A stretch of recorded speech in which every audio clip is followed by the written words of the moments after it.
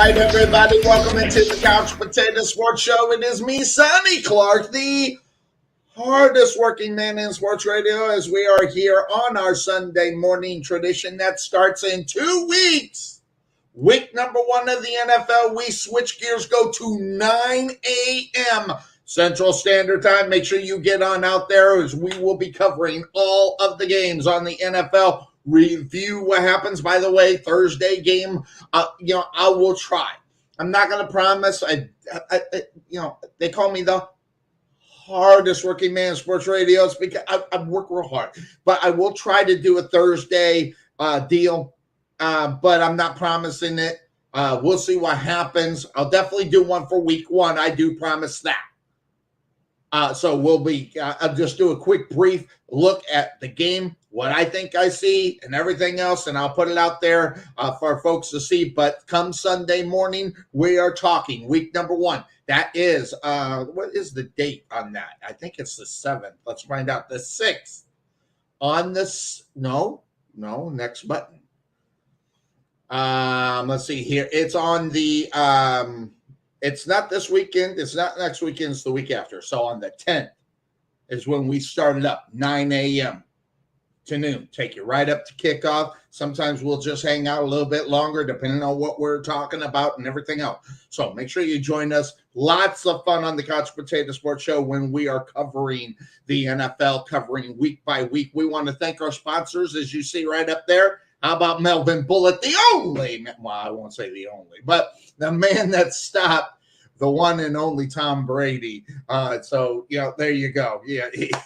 So we'll keep him up there. Love us some Bullitt Football Academy. Check it out. They have a young kids combine where kids come literally across the country to come and check out Melvin Bullitt's place. To help them with everything they do. I actually go out, do quick interviews with them. Didn't get the opportunity to do it last year. I didn't find out the date that it was going to happen. And of course, I couldn't get that date off at that point. That having been said, week number 1 of the NFL is going to start a lot of things. Lots of NFL news, by the way, coming this way and one being the Dallas Cowboys. Now, we're going to talk a little bit about the Trey Lance situation. And I will tell you, I'm really, it's really interesting. It's the 10th. Thank you, Cuervo. I appreciate that. That's when we get back. And we are... my schedule is a little bit weird next week. We may not have a show next week, but scam likely. Anyway, so we may or may not have a show next week. I will keep everybody informed, but after that, it's 18 straight weeks to get to the finish line, to get you also to our 15th year of doing this show. Cuervo's been a part of it for 14 years. And frankly, I on some of our videos and stuff, I put down, how long will we keep going? I can't imagine us not doing it. I mean, listen, I care less than me. I love doing the show, and the show is always here for us, and we don't have anything. Now, I want to talk a little bit about the game last night, the Jacksonville Jaguar game, where the player got hurt and they went ahead and just stopped the game. It was in the 4th quarter and everything else, so that was huge. But I will tell you this. That is not going to be happening in the regular season. You can say whatever you want, hope for whatever you want, but it's not going to happen during the regular season, guys. The reason why is that the games will start counting. It's not the fact that they don't look and see and say that, injuries are not important. They are.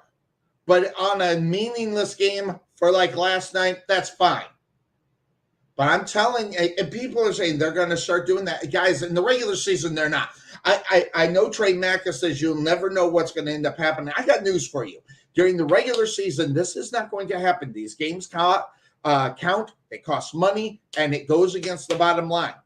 We talk about it all the time. By the way, I don't have a lot of my filters that I could put on because I could get paid, put money and things like that up. I can't do that because we are set in high school football. So that having been said, there is a message. We'll find out what that message is.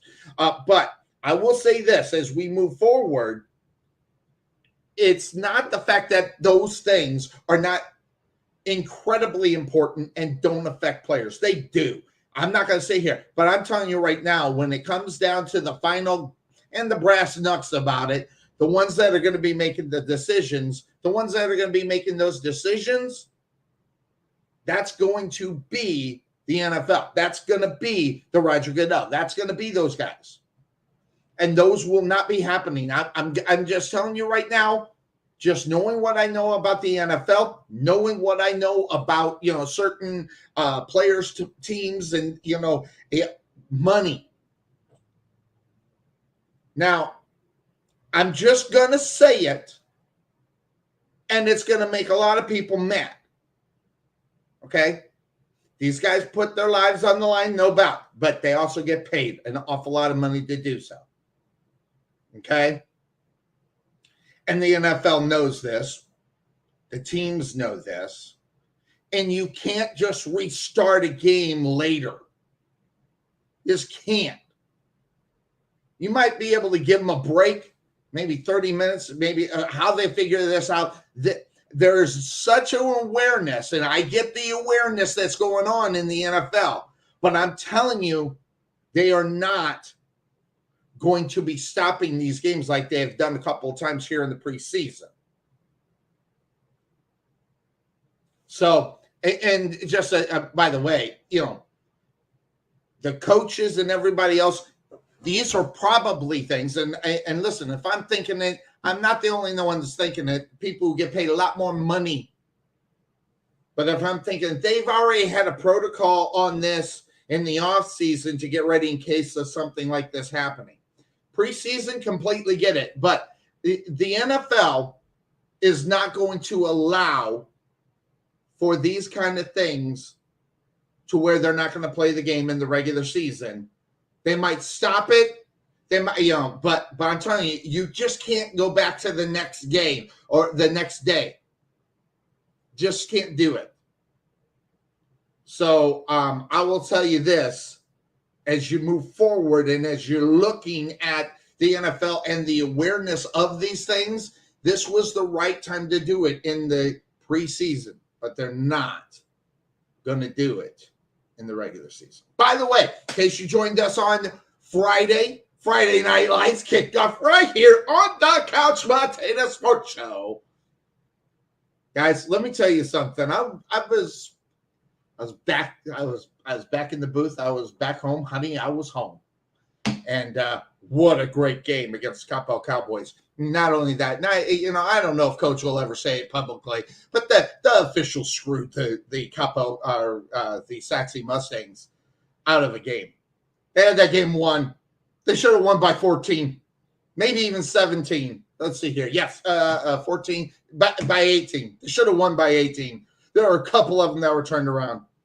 Not only that, they almost played flawless. Only one turnover in that game for the Saxy Mustangs. It was fantastic to see. And it was almost questionable for that turnover if it was over near the sidelines, whether or not a foot was out of bounds or not. We'll give them that one as a good call. But, man, that was horrible. I hate blaming referees for victories, non-victories, and things of that sort. I hate it. But this is one they got away with it. But that's Sexy Mustang. So awesome. So back to I just wanted to I forgot to do that at top of the hour to give you an idea. And by the way, normally we have a lot of our things up like Bryce maybe just what? That's the only one I got. or whether or not. But those are the only ones I got now, okay? Because it's pushed up for high school football because we put graphics up as we're doing the game, as you see right here, second down. We put these all up during the game and how cool they are. when we're doing the game. So that being said, that's where we're at. And so a lot of things that are loaded are for high school football. So I do apologize, our normal setup, and that's going to go through all through high school. So, but we have Bryce and we have Joe. We have Joe out there. So those will still stay there. But the other ones, unfortunately, to load them and unload them every week's a pain in the butt. So I'm just leaving them up there. So now, today, NFC AFC West. I'm excited about this, and I'm going to tell you the reason why. Because there was big news that happened right before we kicked off on Friday, underneath Friday Night Lights. It was like 6:45, man, bam, there it is. Trey Lance is now a Dallas Cowboy. And I was like, well, let's first of all check it. Let's get to ESPN. Let's not believe some of the things that we're seeing in social media. You got to read, just got to kind of check it. And by God. And by the way, and I've been listening to a lot of people talk, and I'm just going to put it out there, okay? I know there are a lot of Dallas Cowboy fans that do not like this move. And all I'm going to say is someone needs to be drug tested. Now, I am not saying Trey Lance is a good quarterback. We don't even know that. But San Francisco gave up 2 first rounds, a second round, and third round, something stupid to get this guy. Now,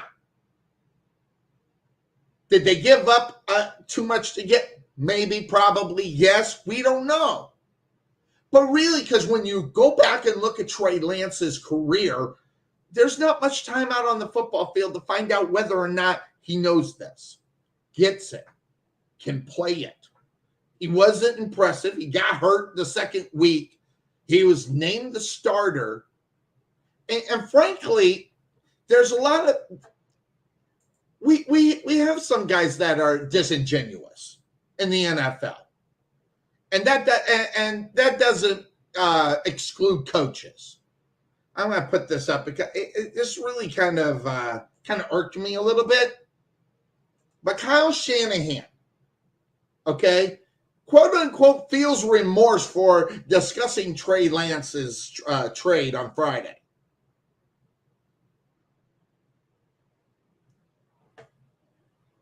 Well, here's what I'm going to tell you. The Dallas Cowboys got a bargain. They got a former first rounder that doesn't have a lot of things underneath his feet right now. Hardly, he did get hurt, but really kind of fresh young man. Doesn't have the 3 years of miles on him.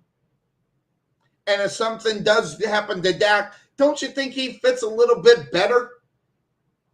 The type of games or the type of offense that's going on down there. I mean, you got a guy who can move with Trey Lance. You got Dak Prescott who can't. But Cooper Rush, come on, let's get serious. Listen, Cooper came in, won a couple of games. Give him his props and wonderful. But this guy's not a starting quarterback. Not only that, you don't have to change too much of the offense if you have Trey Lance coming in after Dak Prescott. Will Grier, guys, let me tell you something. This is not a guy where you can say, this guy's our guy. Former Panther. And guys, if you don't know who he is, completely understand that. But now Grier, I think, is gone too. So, I think they're going to keep Cooper Rush, which might be the problem. So, that being said, of course, that's the name of the show on Sunday here today. No regret, but they got their guy. Listen, if Dak Prescott doesn't live up to, what he's going to do, it's going to be. And by the way, Jeremy, I need you to find me on Facebook, send me your email so I can get you to the pickup. But it's Brock Purdy. Look, okay. I'm just going to say, last year was rookie. He was an impressive rookie. Okay. But Now there's film on the guy. I don't know. Is he the best fit as of right now? He is. If he's given the chance, I agree with Jeremy here. But I don't know. Who do you think is going to win the division? We'll talk about that when we start talking about the divisions and what's going to be going on. So look out for that. Well, I am looking forward to talking about this division of football because you got the powerhouse in the AFC, and then you got the mediocre NFC West. So we'll be talking about that. So good to see it, Jeremy. Find me on Facebook. Send me your email so I can get you set up. And if you anybody want to be part of the bragging rights pick'em, we have a little trophy. I just matter of fact, Tarvin said he was going to send me some pictures of his new trophy that we got to him. We had a little delay in the trophy, and it was understood, but he's got it. He's got two of them in a row. Who's going to dethrone Brian Tarvin? That's what we have to do here. We have to figure out a way to dethrone Brian Tarvin. It's just too much. I'm tired. I'm tired of that guy winning already. Love him. Love him. But we have to dethrone this man. We cannot let him take another season of the bragging rights. And I haven't won it for 4 years. So I don't even no. So that being said, of course, that's the name of this fine. Oh, you didn't know? Your ass better call somebody. Oh yeah, a little Cuervo on. Hey, yeah, you got the coffee. I got the coffee going myself. Need it, Sonny. Need it. My wife bought this for me. Not that I do fantasy football, but this is cool. This is cool. Speaking of Sonny. Yeah. Speaking of, I need your good wishes and your blessings. We got our draft today, this afternoon. What pick do you have? What number? I don't know yet. So I have it set to where it does the order randomly about 15 minutes before the draft starts. And what time does the draft start? 3:00 my time, so 5 your time. Wow, yeah. So you're gonna let the random do it, huh? Yeah, I do it just to make it fair. I let it randomly choose, the order of who's drafting where, and I don't want anyone saying that I God, I thought you were gonna let them randomly pick your players. Yeah, well, no, we draft our team, but I'm saying the order is random. Got it. All right. So you don't know. So what is your question or your statement there?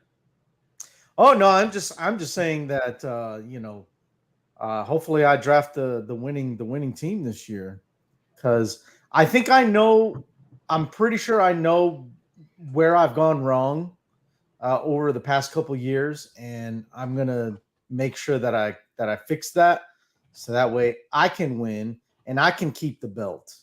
Yes, got it. Okay. Yes, my league has a championship belt that I just started this year. Oh, how much did it cost you to get the belt done? I'm going to guess around $90 to $115. I wish. That'd have been like a discount, like a hit. Man, you should have got a hold of me. I know someone who does them. Then you could have got it done. Now I don't know how the quality is, but I just know you could get it done. So Well, I went through one of those advertised places that pops up on your Facebook or whatever. So I wanted to make sure it was legit and good quality. Should have called me, man. I got my connections in the wrestling biz, but you already got it. You know what? I didn't think about that, but I mean, I know everybody's busy with stuff, so I didn't want to, pile more work on anyone. The hardest working man in sports radio. I'll do it for you, Cuervo. But you know what, though? I love for Cuervo. I do it for Cuervo. Not for anybody else. I do it for Cuervo. And I appreciate that, Sonny. But even though you're the hardest working man in sports, yes, I it's my job as your co-host to make sure that you get time to breathe too. Yes. So. Yeah. Hey, this week, crazy. Friday Night Lights, underneath Friday Night Lights. We're back in the booth. Oh God, I felt like I was in heaven. This is heaven calling football games. There you go. This is what it is. I had a great time. So, but that being said, of course, that's the name of the show. We are on the AFC and NFC West today. Yep. I'm ready. And I'm glad you're ready because there was a big news. Now, I'm going to reverse it like I did with Tom last week. We reversed it since we had Tom for a while, and we just started with who's going to win. With the news that happened you sent it to me. I was sitting right there getting ready for the game, and then here comes Cuervo with a message that there was a move for Trey Lance. Trey Lance is no longer a 49er. He is a Dallas Cowboy. And how that works here. Now, obviously, since we're going to go top to bottom, I'm going to start with 49ers. Good football team. But all the things they gave up to get this guy, and they just threw this guy away. I mean, just threw him away. 4th round draft pick. That's all the Cowboys had to do to get the guy. And listen, I'm telling you right now, I live in Dallas, and everybody thinks this is a dumb move. I am telling you right now, this might be the smartest move that they've done in years down here. This is not a guy that goes and, you don't give away, what was it, 2 first round, 2nd round, 3rd, and a couple later to get this guy? All right, if the guy didn't have San Matt Francisco? Skill, yeah, that's what they did to jump up to get him. It was more than that. What was it? I thought it was They gave up 3 first rounders and 1/3. And 1/3. I misheard that. Listen to all that. Listen, I don't know. Now, was that too much? Obviously it was. Okay. We can sit here and go backward, and say, well, maybe it wasn't, maybe it was.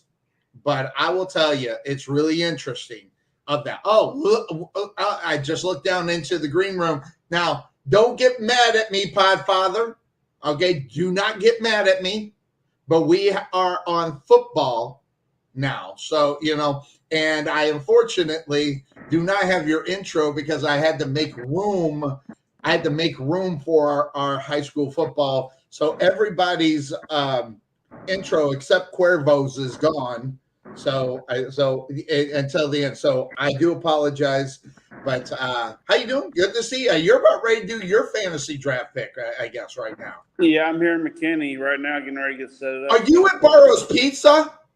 No, I'm at EJ Willis gas I was going to say, pick me up some pizza, man. Barrow's Pizza. I thought because Barrow's is in McKinney. Well, you can send me some money for it. I just had to change the flat tire out here, so probably not. Man, you and tires, man. You got the worst luck in the world, man. I don't know what it is. I drive a lot. I mean, yeah, I guess. From Ardmore to everywhere I go is pretty much a drive. So yeah, pretty much, and at least a tank of gas. All right, so we're talking about Trey Lance, and so I'm going to put it to Cuervo. I look at this move, and I think it's based upon the personnel that the Cowboys have right now. This was not a bad move in reality, seeing how there was only a 4th round draft pick for the Dallas Cowboys to pick him up. Cuervo. Yeah, I mean, didn't really give a whole lot to get him. I can't remember the last time. Now, Trey being a Cowboy fan, maybe he can enlighten me, but I can't remember the last time that Dallas made a trade to get a quarterback like they did with this Lance deal. It's been a while since they've done that. So I can't even think of it. Usually they get them in the off season, right? Because Andy Dalton came in the off season, right? Mm-hmm. I can't even remember. When did they get Quincy Carter? Of course, we all know Dak was a draft. They actually drafted Quincy Carter. Oh my God, he was a 2nd round pick. Poor things. Romo was a UFA. Yeah. Well, Drew Bledsoe was a free agent. Mm-hmm. All right, so it's back to Bledsoe, but he was a free agent. He didn't trade for him. Yeah. I can't remember last time. Could it be Troy Aikman? Could that be the last? No, they drafted Aikman. Oh, they No, drafted. That's right. Yeah, I drafted him. He was number 1 in '89. So Maybe Rodney Peete maybe he or was there for a while. or Randall Cunningham or They had Cunningham for a little bit, but I'm not sure. But Vinny I think it's probably Testaverde maybe. yeah. But Jeez, they it's been got a him while. for I mean, at this point we're reaching. yeah. Mm-hmm. It's long, but you're right. So now, obviously, I got the San Francisco 49ers on top in this division. I'm looking at this division, Cuervo, and this used to be a powerhouse in reality when the teams had lost their mind on what they were doing. Whether that be Seattle, with the situation with their quarterback, he's gone. The Arizona Cardinals have got a quarterback that it's lost his mind. And thinking what he's thinking and just really is a cancer to that Talking team. about the fact that he wears sports bras. Well, I haven't heard. I have not understood that whole thing. So, I was sitting here thinking, hey, to each his own. That part, but hey, he did come from OU, so you have to give him that. well, he's from Allen, Texas, so I don't know. I don't That's a good understand where he point. picked that up. So I actually called one of his games. When the team I was calling, the Rowlett Eagles, took them on. He was the starting quarterback. They beat the snot out of the Eagles, but anyway. And then so we got 3 of the 4. You got San Francisco doing what they're doing at their quarterback position. They may or may not got that right. I'll talk about that, Cuervo. They got Brock Purdy. They are living their life. They the last pick of the friggin' draft. Last pick of the friggin' draft. They grab him up, and he is their guy. This goes back to now. What about film, Cuervo? What about the film? I mean, there's 8 games. Hey, congratulations on what he did as a rookie. Hey, but if y'all remember, Dak Prescott was pretty successful as his first time he got in there as well. So that being said, Cuervo, when you're looking at this football team, Brock Purdy, the answer as far as that's concerned, how long will they give him, I guess, as far as the rope for the noose to hang him to say, well, maybe we need to go a different direction? That it's tricky, Sonny, because, if you think about it, the fact that they hit on Brock Purdy I think it almost makes up, or even more than makes up, for them squandering that trade with the Trey Lance deal. And so why am I getting Bryce? Because that's not you. That's more of them. It was such a stupid move to get up and it's almost like they fell for a hype. And just God. Well, no, yeah, and you're right, and that's the thing. I have a hard time falling for guys because here's the thing. You look at, matter of fact, we did it at work the other day. We looked at North Dakota State's schedule throughout college football season, and I think the most notable team that they play is Northern Illinois. I mean, it's just bottom of the barrel powerhouse, competition out there in the Midwest. And, so with that said, it's the Eagles kind of did the same thing, right? I mean, Carson Wentz was good for 2 years, and then he just kind of fell apart. I mean, he turned into glass and he became real fragile. It's that whole thing of once the league figures you out, then you got to find another pitch, or you have to find another way to play. Okay, here's this whole we got film on you thing. To me, I think it's a dumb statement, and I say that because how much film do defensive coordinators have on Patrick Mahomes? How much film do defensive coordinators have on Josh Allen, Joe Burrow? All these guys, and yet they still go out there and they whip your ass, right? But how many quarterbacks are there that are actually whipping people's ass? So, but here's the thing, though. It's not just the quarterback they're looking at. They're looking at the offensive line. They're looking at whatever playmakers they got on the outside. They're looking in the backfield. So clearly that all changes year in, year out. And with quarterbacks who fall off after their first or second year because they lost those key weapons that they had going into their first year. So it's more like, okay, well, let's take advantage of that. And unfortunately, because those teams will never really address those issues, that's why some second, third-year quarterbacks always struggle. And Right. by the way, it's hard to say that Dak Prescott really struggled after his rookie year, considering that he did put up some really decent numbers. Yeah, the interceptions went up here after last year, but I mean, he's been in the league now for 7 years. He's had a couple injuries that have knocked him out of the season a couple times. So I mean, you know, it's a lot more than just him. Now, having said that, yeah, I agree with you. Patrick Mahomes, you can have any film you want on him all you want. He adapts to whatever kind of play he's got around him. A lot of quarterbacks don't have that sixth sense in there. Carson Wentz did not have that problem. Did not have that issue as far as, I mean, he couldn't sink into changing the players around him. Well, Yeah. So I think it goes a little bit deeper than that, though, Trey. I really do. I think. I mean, it might. Talking right now, can you name 10 quarterbacks that are at the precipice of greatness? We're good. Maybe 10. There's 32 other teams, and if you got to meet up, you got to find out whether or not that guy's going to be good enough to lead your football team into the season, and that's where I come from it. Well, as far as then- film is concerned, then- because we've only seen it like what Jeremy Scott's talking about. You get these guys who are mediocre at best, and then they show that they just can't handle the mustard.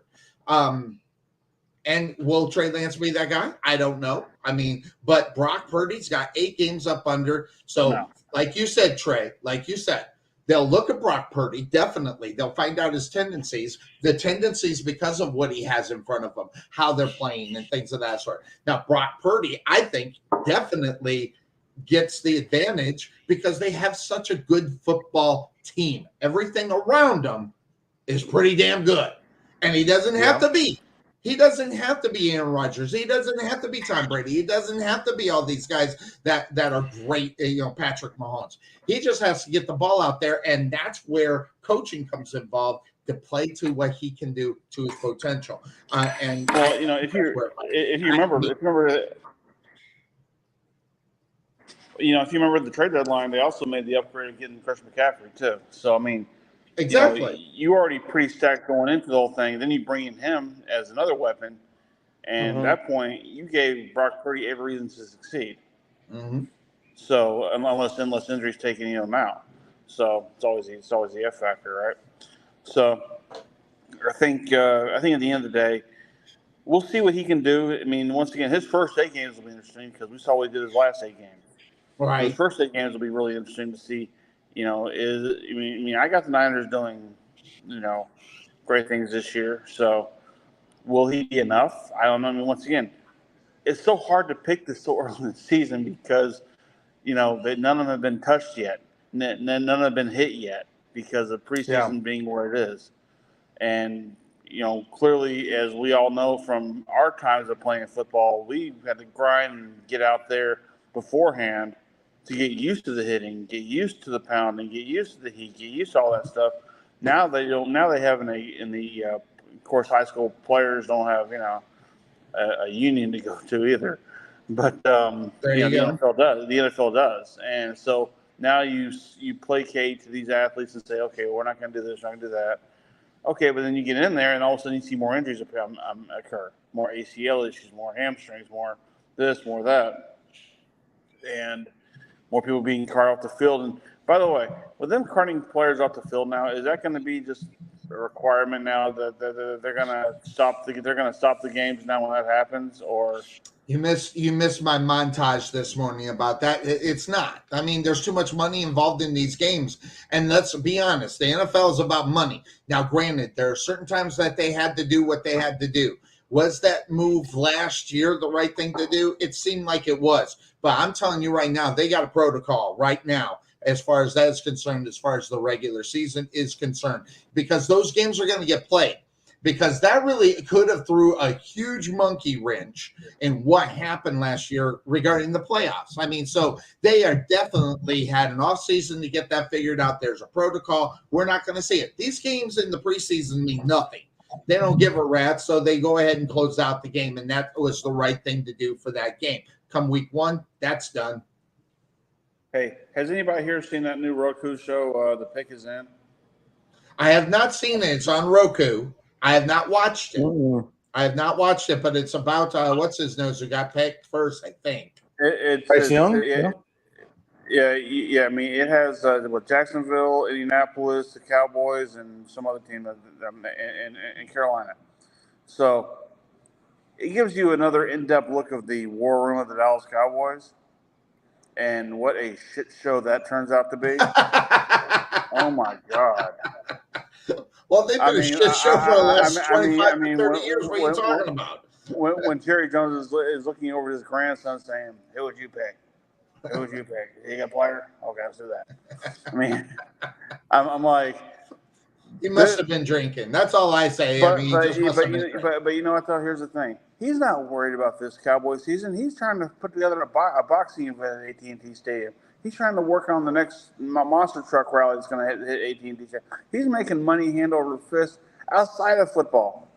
Well, So, yeah, okay. but and the hardest thing, one thing I did not realize, and this is on me, because I'm a wrestling guy, that Tony Khan. I knew Tony Khan had connections to the Jaguars. I know he still worked with the Jaguars. Yeah, he's still part of their scouting department. I had no idea.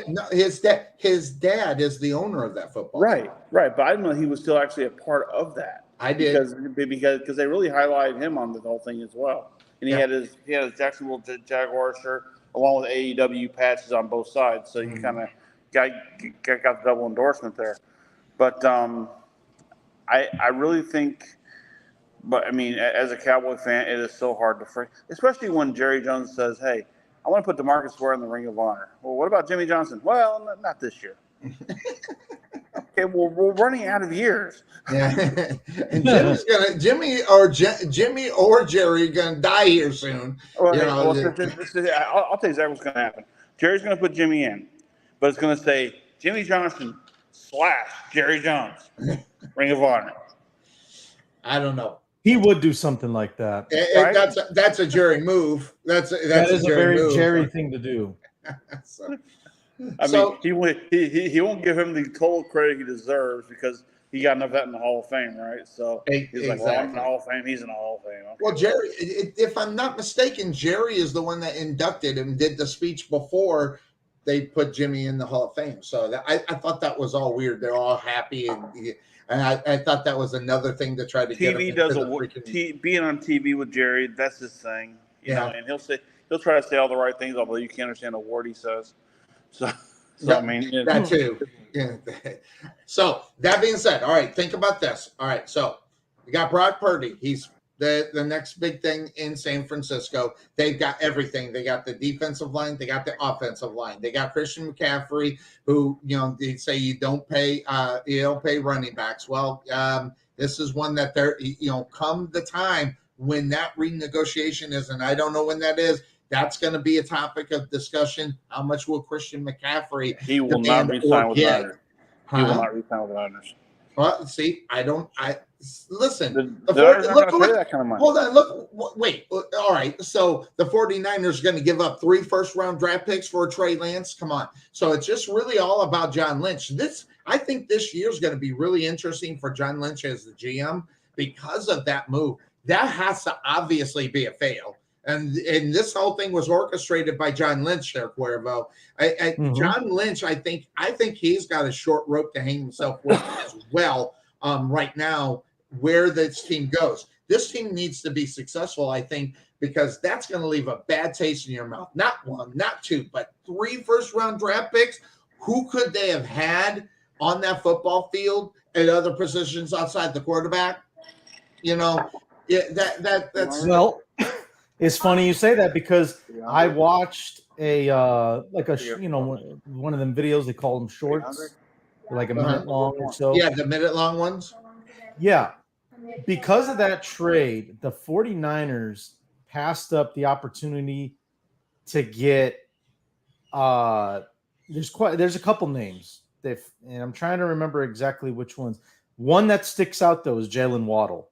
Jalen Waddle is a guy that they could have had, and they passed him. They passed on him because of the trade. they could have they could have had Justin Fields. Yes, without having to make that trade. Mm-hmm. And that opportunity went away. But the biggest one, and I think Trey's going to love this because he's going to be glad it didn't happen. Where the 49ers were at in the draft, I think they were like the number 10 or 11 pick. Dallas at number 13, I think, drafted Micah Parsons. So imagine Micah Parsons with Nick Bosa. Oh God, could you imagine? Hey man, mute your mic when you're talking to the side, man. Jeez, Louise, man. We're trying to have a show over here. We're trying to have a show over here. He's ordering wings and beer. I mean, my God. I'm jealous. That's going to be me a little bit later. There we go. So, I got some. I've actually got wings. Hey, you know what? Some flat. Let's call a quick audible, Trey. Since you got your draft right now, because Sonny asked me, I don't know my draft position yet. It's all random. What's your draft position, Trey? I'm number 7. And where we have 12 teams, we're doing a snake draft today. It's going to be, best pick available. Last year we did the auction draft. I sucked at that. So, see, here's the thing. This was 2 years ago when I won this damn thing. Yeah. I have to forfeit it over today and get the Chamois Award because I went from first to last in 1 year. Oh, there you go. So there you go. By the way, you didn't know, Cuervo. This is stupid. And by the way, I got to make a decision about this. I'll tell you the reason why. I initially accepted a bet where I would do a Hulk Hogan, a Hollywood Hulk Hogan thing with my beard. The problem with that, by the way, Trey, is I still got business that I got to do, and I can't necessarily. Now, if I was only working at home. No. I can't. We have to do what you look like. We're gonna have to find. We have to find something different. I still got business. I can't be walking around with a Hulk Hogan fake beard and all that other stuff. Well, then sounds like he's backing out, Trey. Sounds like it's not. It's not that I'm backing out because if I just worked from home, I didn't have any other outside interest. I'd do it because I think it's funny. Because I think I'm gonna win anyway. But professional. Shut up. Look. If you dye completely black, how about that? Okay, I would do that. I would do that. Fair. The whole thing black. I will do that. Okay, that's fine. That's fair. Because that's just a blonde mullet. Kind of part of a blonde mullet. Or a fake mullet I have to wear on air the whole time, right? So yes, I'll do the full black. I will do. Okay, it's fine. So there we go. So it's just more than the fact that you just got to kind of a little bit. And for every show you do, you have to wear a red clown nose. Yeah. I did that. I wore a red clown nose for one show. It was years and years that back. Red ball on your nose. For one full year, you have to do it. So, but anyway, all right. So outside, I mean, looking at now again, could you imagine Micah Parsons with Nick Bosa? That'd be huge. I mean, this football team is stacked all the way around. So I guess I got to ask the question. We already talked a little bit about whether or not the GM is going to be on the hot seat. How long before we start hearing about Kyle Shanahan? Is he safe? He's safe. He's safe for 3 years right now.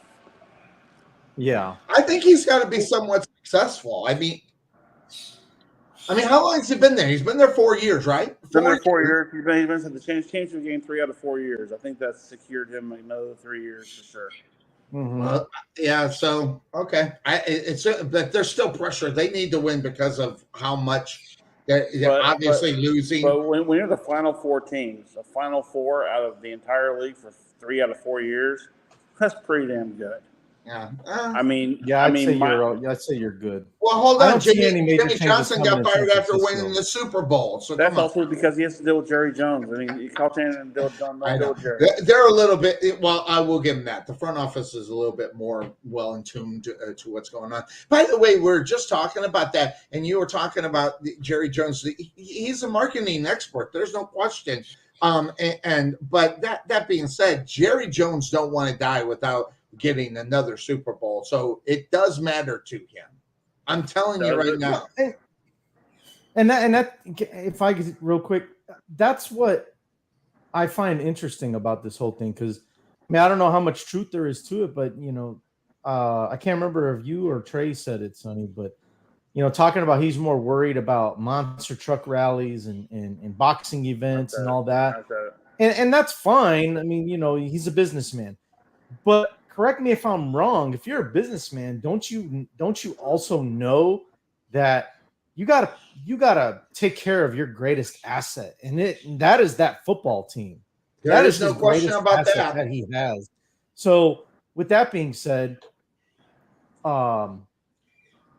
why would you not do everything in your power to focus on the start of the season, making sure you got the best team out there available? And maybe that's why they made the trade for Trey Lance. Because again, that's why I brought it up, because it's something that is out of the norm for the Dallas Cowboys to trade for a quarterback right before the season starts. So maybe the thinking has shifted a little bit in Dallas. No, see, I agree with you to an extent, except for one thing. There's one intangible that no other team has, the Cowboys have, and it sucks because it takes all the wind out of all of our sails. Where are the Cowboys listed on the top Forbes list? Oh, as far as football, they're number one. Okay, so, and they haven't won in how many years? 28, I think it's 28 years, I think it is. So let me ask you a question. Where it counts for Jerry, he's already won championships, right? He's won 3 of them. Listen.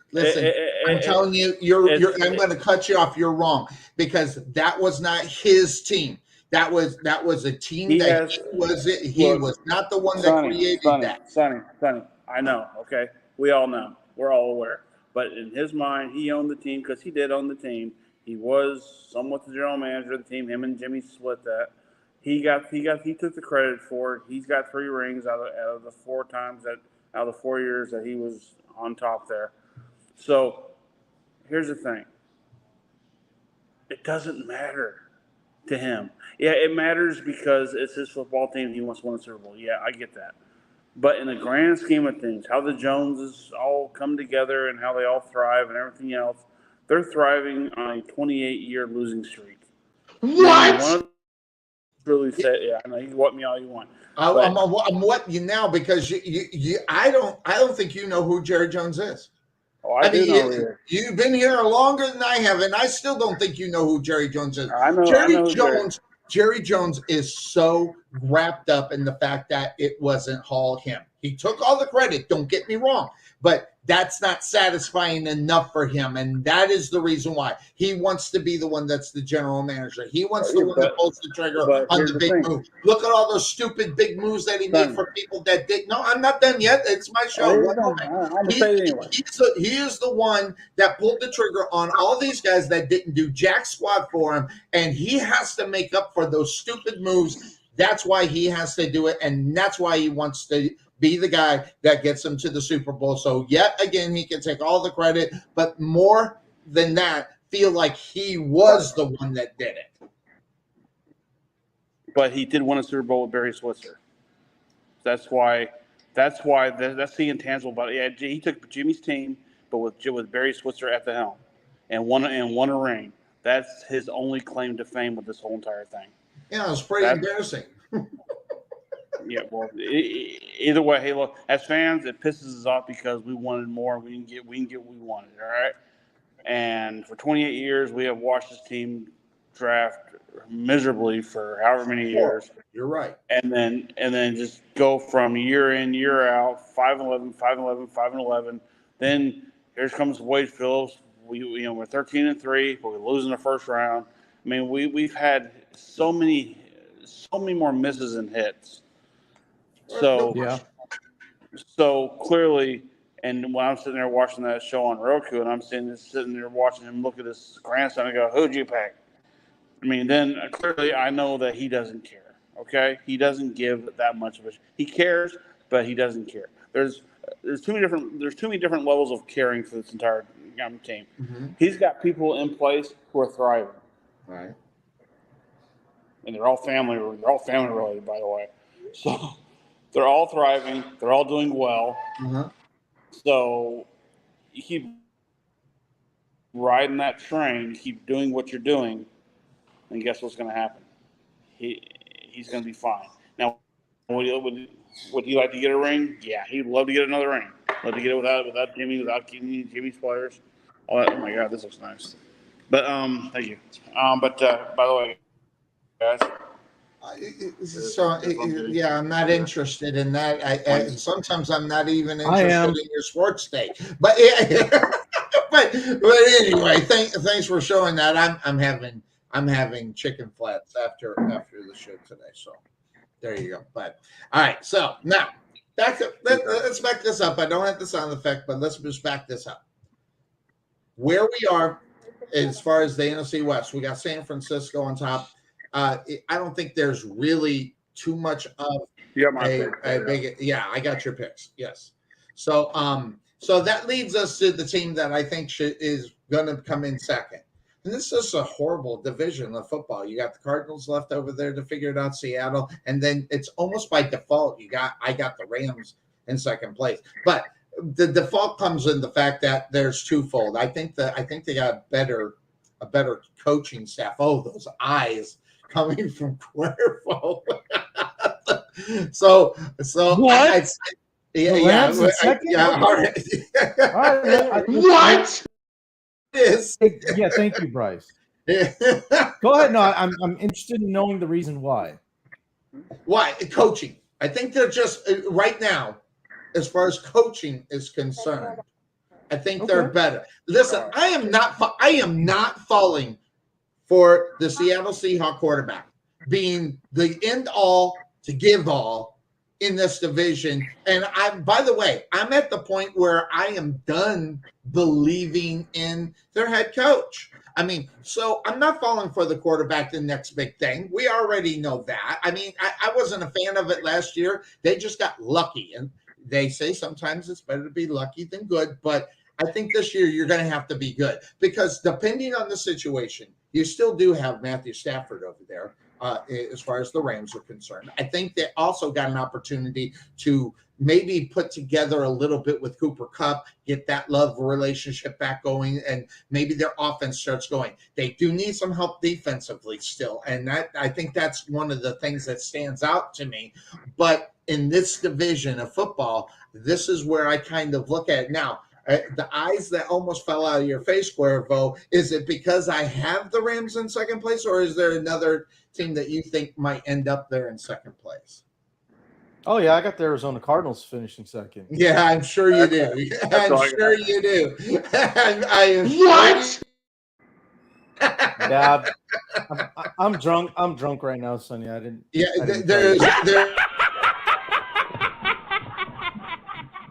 You got to get Joe even had to come in on that one. So there you go. I can't lie. I have the same pick too. So, I mean, this is all good.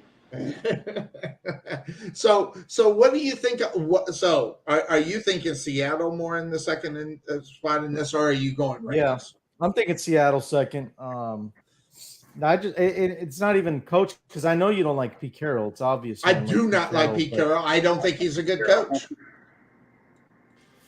I know the results. I know the results say differently. Exactly. I get it. So if you know the results, the results say differently. Don't fight it. I just don't like the guy. I think he's a punk. That's my problem. Okay, I'll just say I think he's a punk. All right. I really do. I honestly think that Pete Carroll's just a punk, and I never liked him. I'm never gonna. He can give someone $1 million, and I'd still think Pete Carroll's a punk.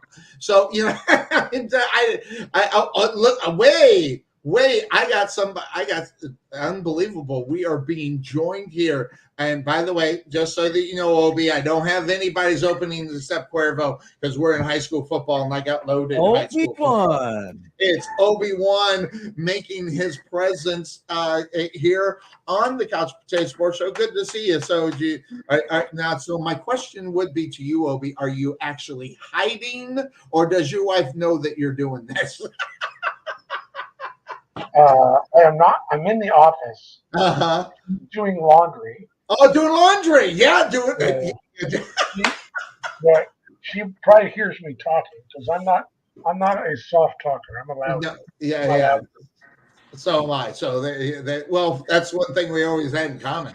All right. So really quick, Obes, we started off the show. We did a little bit backward because of what happened with the Trey Lance situation to Dallas. So instead of going last to first like we normally do, we're going first to last in this one. We have San Francisco. What's your take up on the Trey Lance deal? And as far as him going to Dallas, does that matter to you? Or how are you looking as far as what San Francisco is doing? And should they in your mind win this division? They should win this division. This division is not very strong. No. They should have no problem in winning this division. Yeah, sports bra wearing quarterback, kind of puts you out how tough you are out there. Yeah. 2023, Sonny. Get over it. So I mean, Hayes, Brock Purdy's number one, QB1 there. Right. Sam Darnold is QB2, right? So he must have beat out Trey Lance. I'm have a sneaking hunch there was something else going on there. I mean, because you look at what the 49ers trade to get that draft. Yeah, exactly. Crazy. And it's just, 1.5 years. I gotta go, guys. They're done.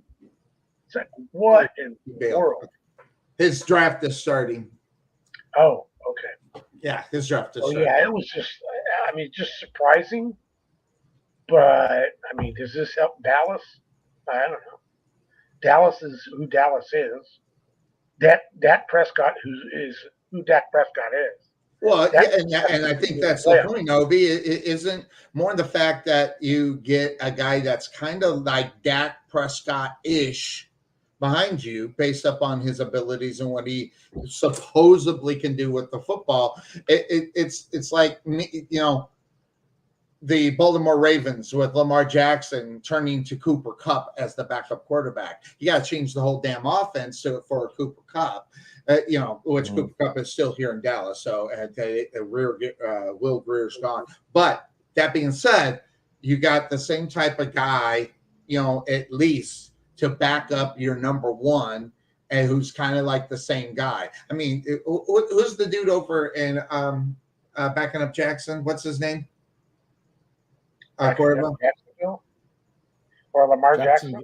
Lamar Jackson. Who's backing up Lamar Jackson? Hundley. Thank you. I got that 56-year-old brain. I know that, but I just couldn't. From here to here, I just couldn't get it. I needed Cuervo. Huntley is Lamar Jackson reincarnated. Yeah, exactly. So, and the same thinking, and everybody is really dissatisfied with Dak around here. And listen, rightfully so. I defended Dak for as long as I could. Last year was not really a great season for him. He needs to step it up this year or he's going to be gone. Why not have a former first-round draft pick right there to fill in and take over? More so than guys that don't mean a nickel to this football team in reality, whether it's Will Greer or Cooper Rush, which, hey, okay, Cooper Rush beat the Philadelphia Eagles. Hey, congratulations. Who gives a shit? It was regular season. If you don't get anywhere in the playoffs, it doesn't mean anything. So and that's why I think it was actually a good move. I mean, listen, this is a small move compared to a lot of the moves that Jerry's going to ever make and has made. But this small move might be one of the better moves that he's made in years in reality. You got a number one draft pick. That guy was going to be picked in the first round, right, Cuervo? Trey Lance was going to be picked in the first round. Now, whether or not who jumped up to get him, he was going to be a number one draft pick. And he's 2 years into a rookie contract? You give up a fourth rounder for him? He's still on the rookie contract? You can use this guy up for 2 years and to get rid of him if he's not going to be there. It was one of the better business moves that he has made, and with the possibility of maybe you having your quarterback for a couple of years down the road, depending on how well he can perform. It was definitely a money move, Sonny. I think there's a couple factors here. I think number one, You take the dead cap this season, and Yep. it frees that money up next year Mhm. to be able to re-sign the next guy. I Yes. think Nick Bosa will get taken care of this year. Yes. Next year, you're looking at, because I got Niner fans that I work with. You're looking at Brandon Ayuk. You're looking at I heard about him. He is a good ball Debo player. Law. Maybe about Debo? Greenlaw might get a deal. Debo Samuel? Or they might use that money to go get offensive line help in free agency next year because they need it. They I need think their offensive Cuervo- line or- is Obi, I Not think great. Debo Samuel is going to fall to those running backs like the other ones are. Debo Samuel is going to be that. I think that's what's going to happen because they'll use it as the excuse. But when you got a 1-2 punch, that guy can he can play wide receivers too. So he might get a little bit more than most of those other running backs, but I don't think they're going to be, clearing it out. They're making excuses to run these running backs and not pay them. And the main reason is because there are only so many good ones. Now, the Jonathan Taylor situation, Jim Irsay has been screwing up the Indianapolis Colts for years. And this is just another way of doing it. This guy's 23 years old, and they want to get rid of him. It's ridiculous. I mean, you've got a guy that has at least 5 more years of success to bring you. You got to pay that guy in reality. 23 years old? That's a stupid move. But with the way they're doing the running back, I think Debo Samuel will fall with that. He might get $1 million more than what most of the others will do because what he can do as a wide receiver. But I think he's going to fall victim of not getting the money that he thinks he should. I think. What do you think? Well, he Cuervo? just got a deal last year, Sonny. Yeah. So he actually going to have to prove it a little bit in order to get some more. But the problem is they got Christian McCaffrey who's stepped in and taken over some reps from him, so he's not getting a lot of reps at the running back position. But Debo's listed as a receiver. Yeah. Well, he started off as a running back. He was like that hybrid kind of like Yes. new friend. I mean, before they had Christian McCaffrey, it was Debo Samuel pretty much running the freaking ball. Absolutely. They had nobody else to run it. Yeah. And they doubled him up and got him out. Got him out on second and third down, in the slot, which was perfect for. I mean, so you're right, Cuervo. He's going to have to prove a little bit more up on that. So, but all around, I think the 49ers are obviously the best in this division. So before you came in, I let the cat out of the bag. Who I think is going to be in second, which would be the Rams. Cuervo over here thinks it's going to be the Seattle Seahawks. Who do you got in second in this division? FC, getting it done. The Rams are hurt. I am at a loss on why you guys are falling for this. You guys are falling for Geno. Here, in case you didn't know, I'll just say it. You do know that Geno Smith is the quarterback of this football team, and just because he has a mediocre to good year, and they started paying him, he's the all end all to get. So you're saying So you're saying that he is better at the quarterback position than Matthew Stafford? Are we? Is this what we're talking about? I didn't know. Yeah. Okay. Wait a minute, Sonny. Listen. So is Geno Smith the only guy that plays on offense? Hold on. Let me ask my question. No, but hold on. Okay. Okay, but who has a better surrounding cast most football teams that are in the top 15? Are they, kind of valued and how good they are at that one position, which is the quarterback position, which is the one that wins you football games in reality? Are we going back to the league of bungholes and seeing if they can do it that way because they got Bobby Wagner back? No. Listen, it's all about the surrounding cast. Yeah. And it's all about, if you look at on paper, the surrounding cast is, and this is why I picked Seattle. Okay.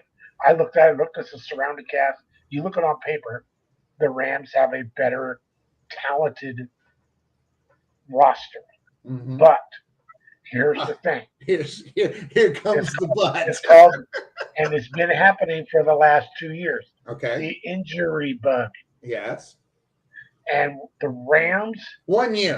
They don't won the have Super Bowl 2 years ago. Okay, Just 1 year. Last year, injury bug. And the Rams they couldn't fight themselves out of a paper bag when they got their key players hurt.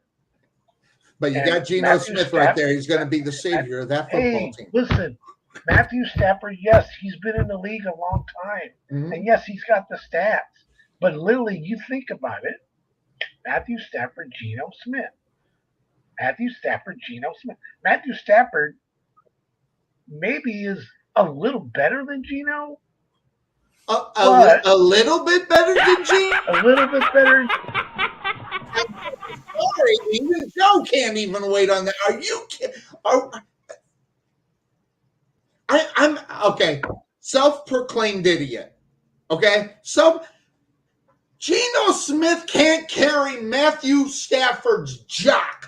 I don't understand why everybody thinks that this guy is the second coming of God at the quarterback position just because he took over for Russell Wilson and they once again. By the way, did they make the playoffs last year? Who? The Seattle Seahawks? Yeah. Yes. Yeah. All right. They did. And how well did the Rams they did the Rams make the playoffs? No, but that was injuries, and there you got some Obi's points. That's Obi's point. But that's just 1 year. That don't mean they're not going to be healthy this year. I mean, who was better in reality at the beginning of the season? Was it Seattle with Geno Smith, or was it the Rams at the beginning of the season? Everybody looked and said. So here's what I'm saying: the bounce back of injury. Well, yeah, but no, he's talking about before they started playing the games. He wants to know. He wants to know who was listed to be better, the Rams or the 49 or the Rams or the Seahawks. You talking about a coin toss? I don't know. Was it a coin toss? I think I've discovered that I don't know anything about football because I don't even think it's friggin' close. Yes, I mean last year they got beat, injuries and everything. You said it, Sonny, not us. Close. Not us. That's right. You said it. Not us. Well, I haven't been able to win the football picks either, so there you go. I'm just, there you go. I can't get out of my way. But I think he's on to something there, Cuervo. Maybe that's it. Maybe they were 9-8 last year. The Seattle Seahawks. They were 9-8. They lost in the wild card. Okay, all right. So, but I don't. All right. Okay. I'm a self-proclaimed. I don't even think it's close. I don't think it's even close because if Cooper Kupp and both Matthew Stafford and Cooper Kupp, and I hate to admit this because I kind of hate Cooper Kupp, but Cooper Kupp has got some skills. If they figure it out and they can stay healthy this whole year, they might be battling the 49ers depending on what happens with them at the quarterback position and or hurt. Will Purdy not get hurt? Will he not, will he be able to play the whole year? Those are going to be injuries are always going to be a big question mark on when we're kind of looking at this. And I get it. It's all about, in regards to Brock Purdy, it's all about the scheme.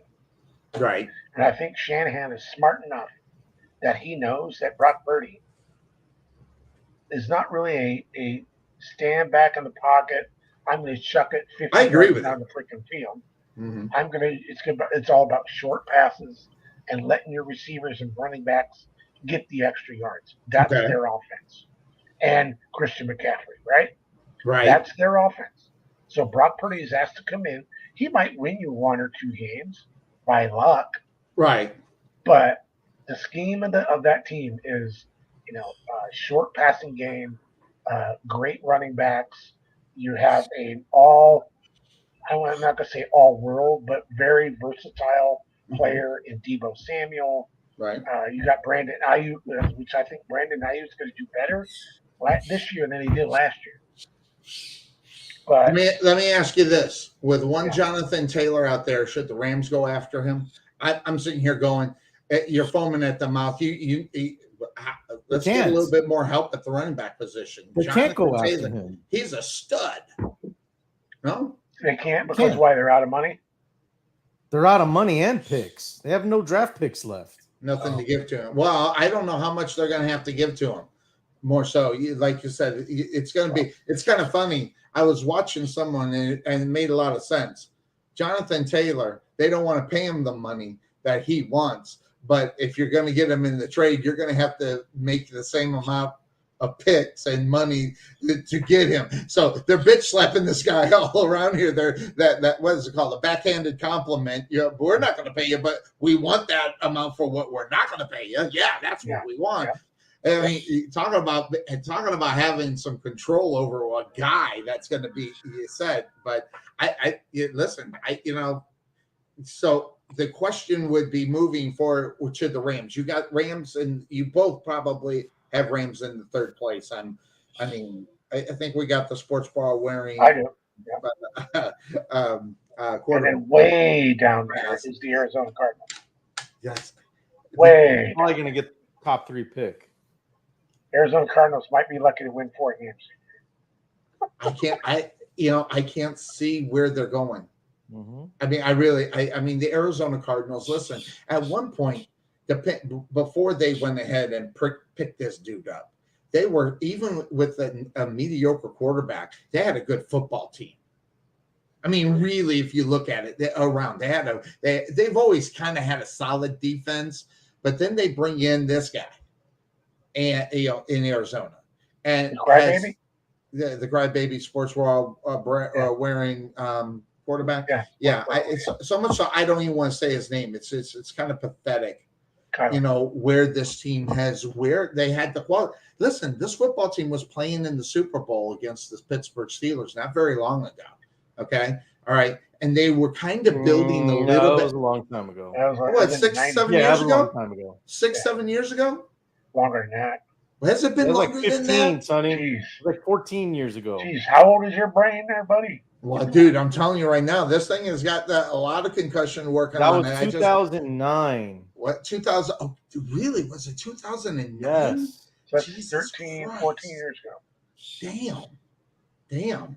But, they've always had a solid defense. They always worked that around. They've always kind of worked the defense, and it was a matter of what they were going to do offensively to help them. And obviously, picking this dude up was the idea. But really, and now they're completely stuck with this dude. They're stuck with him. No one's going to, especially with what he did last year.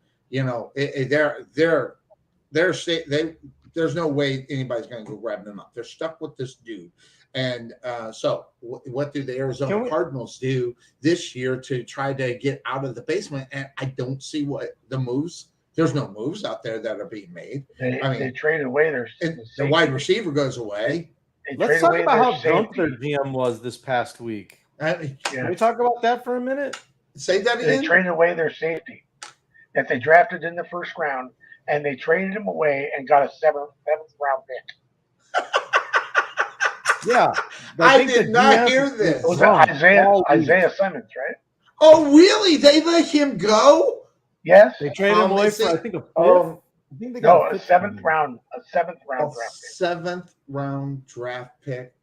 Hey, even a 5th round draft pick is a stupid move. Okay, that's Isaiah Simmons is a good player. That's your future. Yes, they got. The Arizona Cardinals they're handcuffed. They can't do anything. No, I'm not throwing up the X factor. They're just handcuffed. They can't do anything. Sonny, it gets better. Okay. So they make that trade. They send Isaiah Simmons to the New York Giants. Right. They get their 7th round pick. Not only do they make that trade, but then they turn around and they trade for my guy, former Tennessee Vol quarterback, Joshua Dobbs, and they give a 5th rounder to get him. So they trade away arguably their best defensive player for a 7th rounder, and then they go and they trade the Tennessee Titans, 3rd string quarterback, and they give. I was going to say he wasn't really like a superstar rolling out of there, was he? I don't. No, I mean, I know but he he's was evolved. good. Don't get so- me wrong. On the college level, he was a good football player. But how Yeah, that he was good. He was equates good at to the Tennessee. NFL, So what does that tell you? What does that tell you about that trade? well, it tells you what has been the problem in Arizona for many, many years is that Oh no, the the team, people ultimate running tank that job. football team is just as insane when it was back in the day of the Bidwills of early. Okay, Right. You go back to, and you know this. You lived down there. We lived through it, watching the whole thing. The only good move that football team ever did was get Buddy Ryan as the head coach. Outside of that, they haven't done anything worth a damn nickel in that front office except figure out how to get Kurt Warner. That was actually kind of really good for that football team. And Outside keep of Larry that, Fitzgerald happy. yeah, fair. Well, they drafted him, so that was Right, but they kept him happy. You know what? I think Larry Fitzgerald did not want to move out of Arizona. I think that's the only reason. I mean, he loves Arizona, so that's where that ends up. And so, who knows? I'm up. Say, But I wanted to say about this Joshua Dobbs trade. okay. You know what that tells me? And I haven't watched any sports newscasters out here, and Because they're I so actually, horrible, you can't it was even actually listen when to Cuervo them. said it was the first time I've heard it. But that tells me they have no faith in Kyler Murray coming back this year from his injury. Really? Yep. Because Colt McCoy is the starter. Wow. Why would you go out and get Joshua Dobbs if you know that Kyler Murray is coming back? Well, Oh, by the way, I said that. It's how many August, weeks is it going to be? I guess it's maybe August 27th, 2023 at 11:18 a.m. I did say that. It's a good point. Where I mean, I thought Cuervo, can you argue with me with that one? sports bra performance, I thought he was out there, practicing, getting ready to go. I thought he was ready to go for the season. I have not kept up. He is not. He's not. I've not kept up with the Arizona Cardinals because they can't make themselves relevant the in the offseason to help their football team. They've never done it. So it's just last I heard was I think Kyler was 6 weeks out. Okay, so that puts them about back at week 6 because 6 weeks is really 8 in reality at the minimum. So why do you go out and get Joshua Dobbs? Interestingly enough, I mean, they're bad. Of course, this is the Cardinals organization, so it's it's always been the front office of that organization can't get out of their own way. I mean, and what proves it is signing the damn contract to that dude.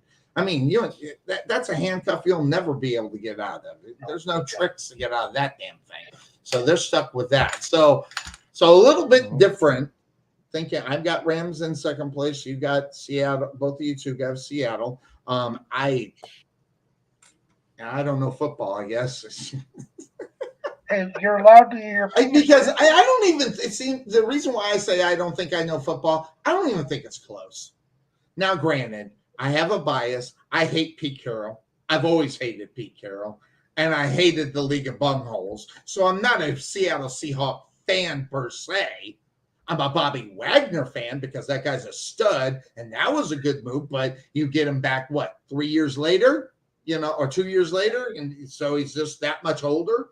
So I don't know, how good of a move that was to bring back Bobby. Although I love me some Bobby Wagner.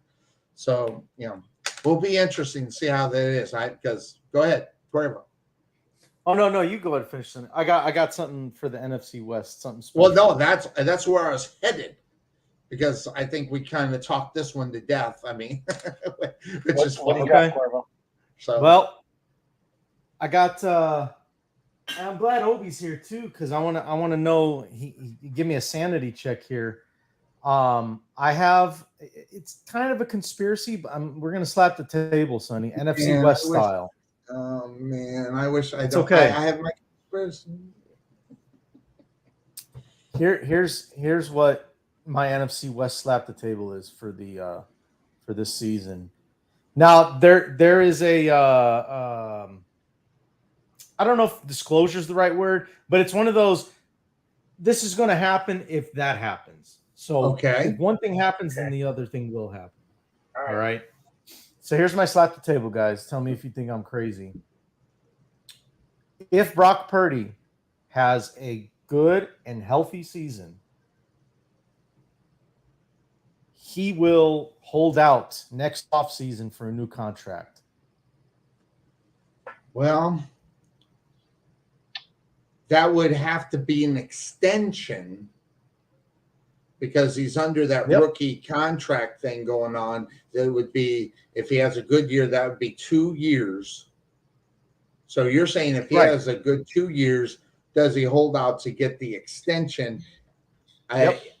Well, here's what I would say. It would be smart, but he's going to have to put it up this year. I mean, if the 49ers are mediocre at the quarterback position, I think it really has to do in reality with how his performance is this year. And if he figures out how to put it together, if he can put it together, I think he should hold out, because there's nobody at Mr. Irrelevant has ever had that much of an impact on a football team, never mind at the quarterback position, ever. So, yeah.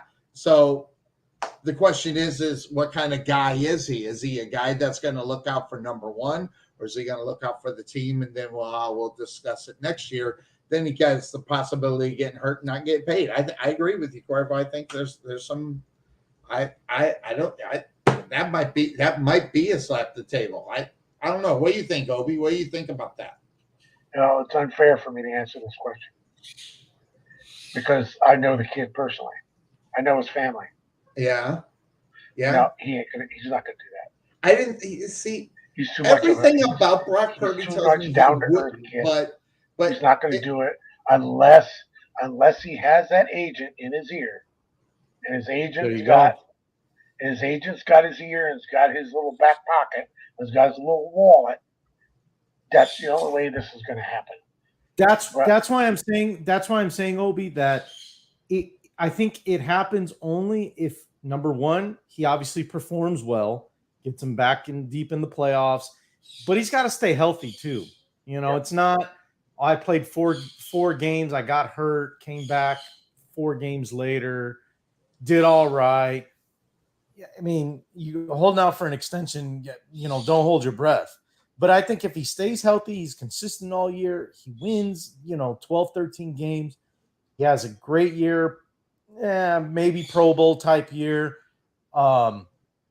I think at that point, even though he was Mr. Irrelevant and he's only in his second year, I think at that point, he looks at it as, well, Trey Lance is gone. He feels like that made room for him to be the guy in San Francisco. And so I'm not saying he's going to be wrong for that. I just foresee that happening. And do I think it might be a little too soon? We can argue that. And I don't know Brock personally, and it's not taking a shot at him. It's just with the way this is all playing out in San Francisco, by letting Trey Lance go and making room for an opportunity for Brock to be the guy, because now it's not, there's no more debate of, well, if Brock Purdy doesn't, if he goes out there and stinks it up because of all the film they've got on him, they can't go back to Trey Lance now. That's a shot at Sonny, by the way. Because it was. I recognized it.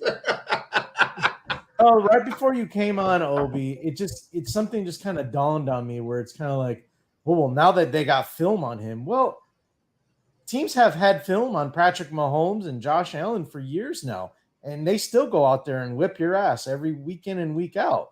So, Sonny, it's Brock Purdy has nothing. His performance is not gonna have anything to do with how much film you have. I just think Purdy, I can see it with him.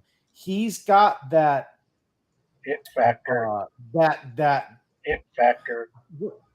The it factor where he can improvise very well. That's what I like about Brock. He's an improviser, man. Like, if there's a blown block on the edge or something like that, he can scramble. He's not like a robot like some quarterbacks are.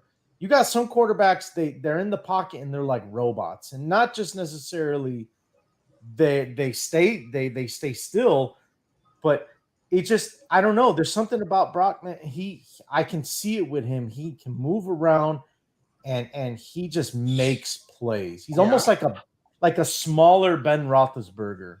Yeah. Where he could just He's got a field awareness. Well, and he makes stuff happen. He's got smarts. Yeah. Listen, when you have intelligence and you have what I found, and this I'll praise him a little bit. The guy knows when pressure is coming.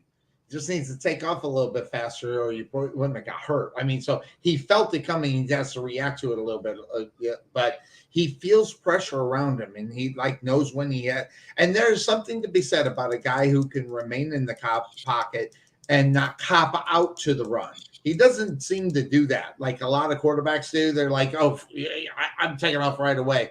He'll stay there for as long as you can. And that's where you get that Ben Roethlisberger thing. Well, Ben didn't do it because he couldn't do it, really, in reality. Ben Roethlisberger was the ugliest runner at quarterback in NFL history. But the effectiveness of being big and everything else helped him as well, especially when he had to plow in to get into the end zone to beat your Cleveland Browns. By the way, someone got hurt last night for the Browns, didn't they? Okay. Kickoff. It was a returner. That's your special opening teams, kickoff. dude. He broke his leg. That's your special teams, dude. Ooh. Yeah. Ooh. And our after the Browns scored their first touchdown on a pick six, our kicker got hurt. Where are they finishing according to you? You heard me 2 weeks ago. I'm not backing down. By the way, I wanted to say, here's the thing. Here's one thing that I would love to see Brock Purdy do, besides having a healthy season and doing well. Okay. Brock Purdy needs to become and have that killer instinct. Mm-hmm. Do not let teams come back. When you got them down, you keep them down. Yeah. And what we used to say, put your foot on their throat and say, ah! Right. You can't let them back in games. And that also means you can't let your quarterback go three and out, have the defense on the field all damn day, trying to suck up air to try to keep up with another team. You got to score. You got to sustain drives, and it can't be 3 and outs. So that's just going to kill that football team. It really is. Yeah. Well, gentlemen, I got to get going.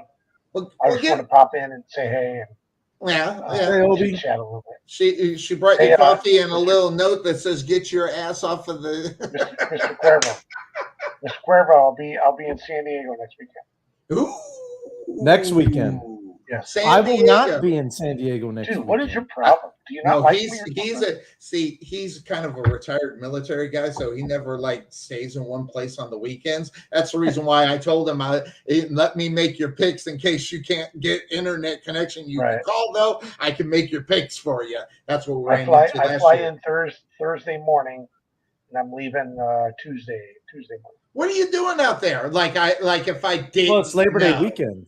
Well, it's Labor Day weekend, and yes, my wife and I, we've kind of made it a tradition to go out there during our birthday weekends. Mm-hmm. But we have friends. And where are you going? Where are you going? What? Where are you going to go when you're in San Diego? It's not just to visit family. What else are you going to do? It's not family. We're visiting friends. We're going to SeaWorld, of course.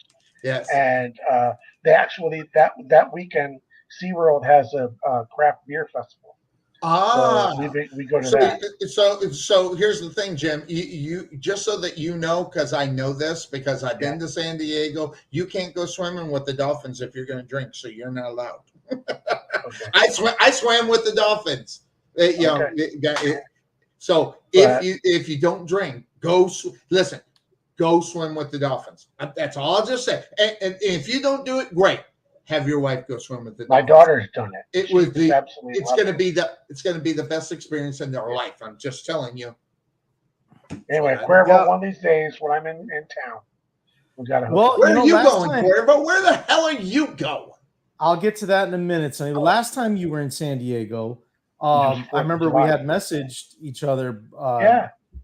You know, but yeah, you were literally the day that we were texting back and forth, you were at SeaWorld. I could have jumped in the car and been at SeaWorld in like 10 minutes. But we had something else going on. No, that's why I was asking if you had anything else going on. I don't have to. I can't remember. It just kind of like now I won't spoil it. I know where you're going to be at Cuervo. So now that I think about it, I know where you're going to be. All right. All right. I got to get going. Get out of here. Tell your wife I said hi. Tell her I love her. I miss her. Yep. Talk to you later. Big old Obi-Wan. Obi-Wan. Man, in 2 weeks we're going to be doing it 18 weeks straight, man. Boom, boom. Yep. Well, you'll probably be here and there, but 18 weeks straight. That's why I might not be on next week. Just more on the fact I got 18 weeks that I'm going to be doing it. I might take but you know what I'm on? I'm on high school football work weeks, 4-day work weeks for high school football. Every time there's that, I'm on 4-day work week. I'm loving it. Last week was great. Oh, what a great game. And what a great, they lost by 3. They should have won by 18. So that just said the refs were hosing this football team all through the game. I hate saying that but man, they took away 2 touchdowns from him on Tiki. Guy was running for the touchdown. He had his finger up. He didn't have his middle finger up. He had his finger up, the one, and they flagged him, took away the touchdown, and put him at the 25-yard line. It was the most pathetic call I think I've ever seen in high school football. And yeah, I said it. It was horrible. Come on, man. These refs need to stop getting in their own personal feelings.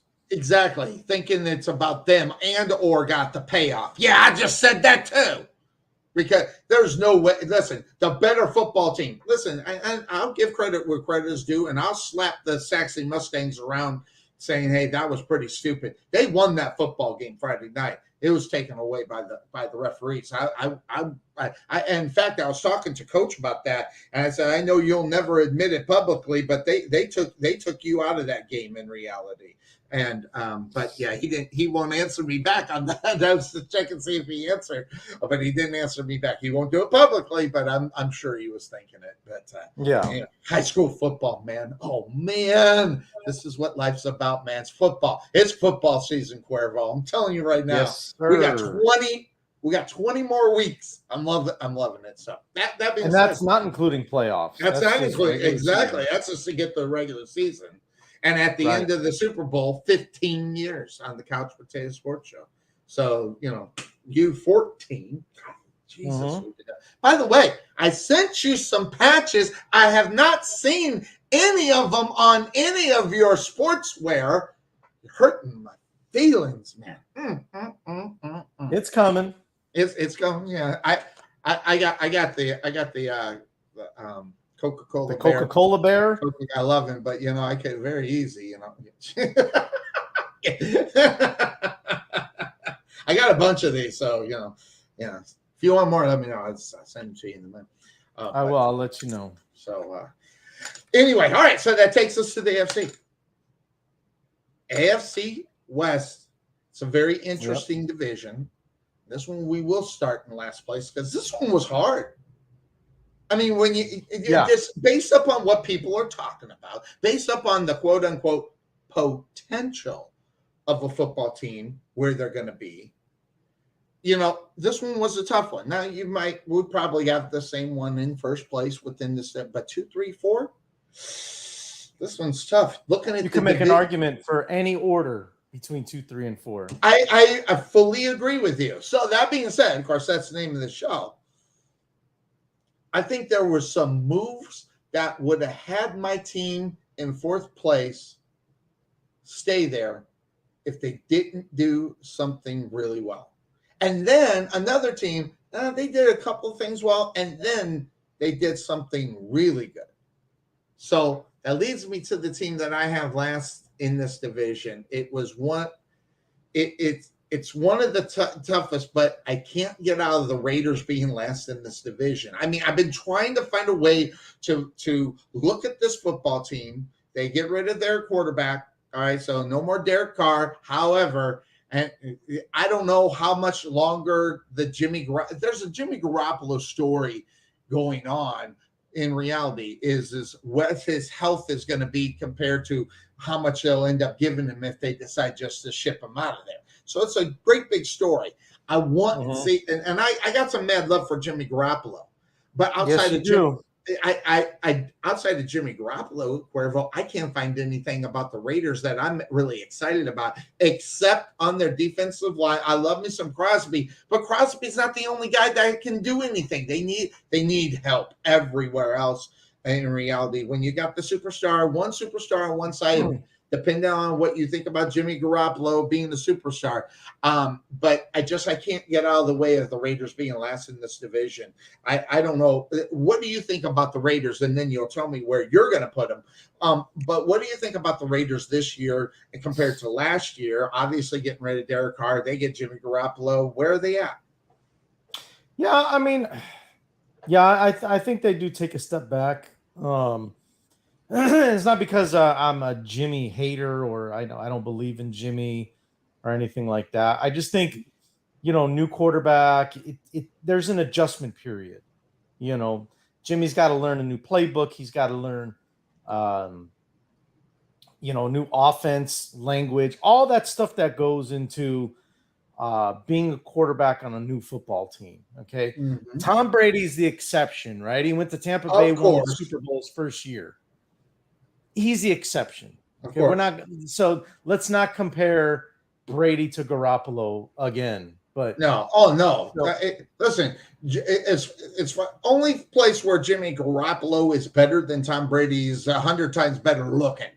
Outside of that, and you can't carry Tom Brady's job. Listen, that guy's GQ. If you pick a football player in the NFL and put has he been? I think so. I was going to say the only quarterback you can put on a GQ magazine is Jimmy Garoppolo. Now his off the field shenanigans, I'm not going to get into that. All the stories I've heard and all that nonsense. Hey, he's a grown man. He's a grown man. Hey, let's just say he's a grown man. He can do exactly. He can do whatever he wants to, whoever he wants to. But that being said, Cuervo, it's one of those things where you got a guy like a Jimmy Garoppolo. You got a guy who coached him. So what else are you going to do? Here is my other Jonathan Taylor take. The Raiders need to go get this guy. And I'm not even talking about for this year, Cuervo. This guy's it's 23 years old. If you want a guy that's going to be a franchise guy, Jonathan Taylor is going to be that guy. You got to get him young. And you're in a division. This is the toughest division. It used to be the NFC North. It's now the AFC West. Okay? It's the toughest division in football compared to all the people that are involved with it, whether it's a new coach in Denver. Okay, all right. Whether it's Patrick Mahomes and what they've been doing for the last 4 years over there. Now, what's going to happen with San Diego? I mean, they're the Chargers, the LA Chargers. What's going to happen with that? There's a lot of things. These are four based upon kind of what you look at it. 4 teams that are playoff teams in reality if they were spread out someplace else in reality. And you got 4 of them, and they damn near. If the Raiders could have put it together, they could have had that. 4. There was. You wouldn't have been far fetched to say all 4 of those teams can make the playoffs within that division because they were just that good. You could, when they added when they took away the 2 buys, for it, and then they put it, and then you're like, wow, all 4. This is a quality division of football. It's the best division, in my opinion. It's the best division in football. And like you said, figuring it out from number 2, 3, and 4, you can switch them around. But I got the Raiders there. And now I'm gonna be a Jimmy Garoppolo fan. I want them to do better. I just want them to make the playoffs. They're not gonna win the division. But if they're gonna get better, you got to get I think Jonathan Taylor just kind of excites your football team to see where it could be taken to. But as far as the Rams are concerned, I don't see them getting out of the basement in reality as far as what they're putting together out on the football field. And again, I haven't watched any preseason. I don't care about preseason football. I'm just saying I never have, never will. Now, I have watched the Jaguars just because I'm talking to Tom McManus a lot. But take away from that, I haven't watched preseason football. So what are you gathering about the Oakland Raiders? What do you think they are? Outside of Jimmy Garoppolo, what kind of football team is this? I mean, I think it's pretty much the same team you saw last year, Sonny, except Jimmy Garoppolo at quarterback now, and that's pretty much the only change that I can think of. Oh well, I mean, they did lose Darren Waller to trade; they traded him away, so they're a little weak at tight end now. But other than that, I mean, they still got Devontae Adams. Josh Jacobs, they did sign him to an actual 1-year deal, not the franchise tag. No. So I think if you decide to make a trade for Jonathan Taylor, that's going to get ugly with Jacobs because now long term, fine. That lets me know that Josh Jacobs will not be a Raider after this year. Right. And that's totally okay. Yes. I just think paying for what Indianapolis is asking for, Sonny, I think for any team is ridiculous. You're not getting a first rounder for Jonathan Taylor. Hell, the 49ers didn't even have to give that up to get Christian McCaffrey. Absolutely. They gave up a second rounder. So if you think you're going to get more than that for Jonathan Taylor, a guy who, is in and out of injuries and stuff like that, good luck. Good luck finding a team that is willing to do that. Now, there may be a team that's desperate enough to do it, but it better not be the Chicago Bears, I'll tell you that, because they are rumored to have inquired about Jonathan Taylor. That. Yes. But look, Ryan Poles, he's not stupid. He's not that stupid. I don't think he's that stupid. Exactly. Now, he might make some adjustments to what they're being offered to see if they can pull him in. Right. But what they're offering, he ain't going to do that. I told Ryan, I said, look, man, if you're going to make a trade for anyone, go see what it takes to get Chris Jones from Kansas City. If you want to trade for somebody, that's the guy you want to go after. He goes, Cuervo, you're absolutely right. We have looked into that. He goes, I'm not fully sold on making that trade yet. I can't tell you what the offer is. He goes, but it is an offer that I'm leaning towards not doing it. So that's where Ryan. That's where the demand for that guy can be, and whether or not you can get him. I think he can be got. Kansas City's been known to Kansas City's has been known to let guys go. I mean, all you got to do is look one wide receiver in Miami right now, and he was supposed to be the cat's meow, and that meow faded really quick when they said what they're going to give him. They're like, well, we're not going to pay you that. So it's one of those things. So, but then you have to ask yourself, is Chris Jones really happy? Because here's the thing. You look at Patrick Mahomes, you look at Christian Kelsey, you look at all these guys that are involved. They don't mind not taking less money because why? They're winning football games. They're winning Super Bowls. So taking it back a little bit to stay on a football team that's successful, it's worth it to them. Now, whether or not 2 rings for Jones is going to be enough to where he says, no, I want money now, that's going to be the biggest question. How much of a dynasty? Because I'm telling you right now, Jones is a stud.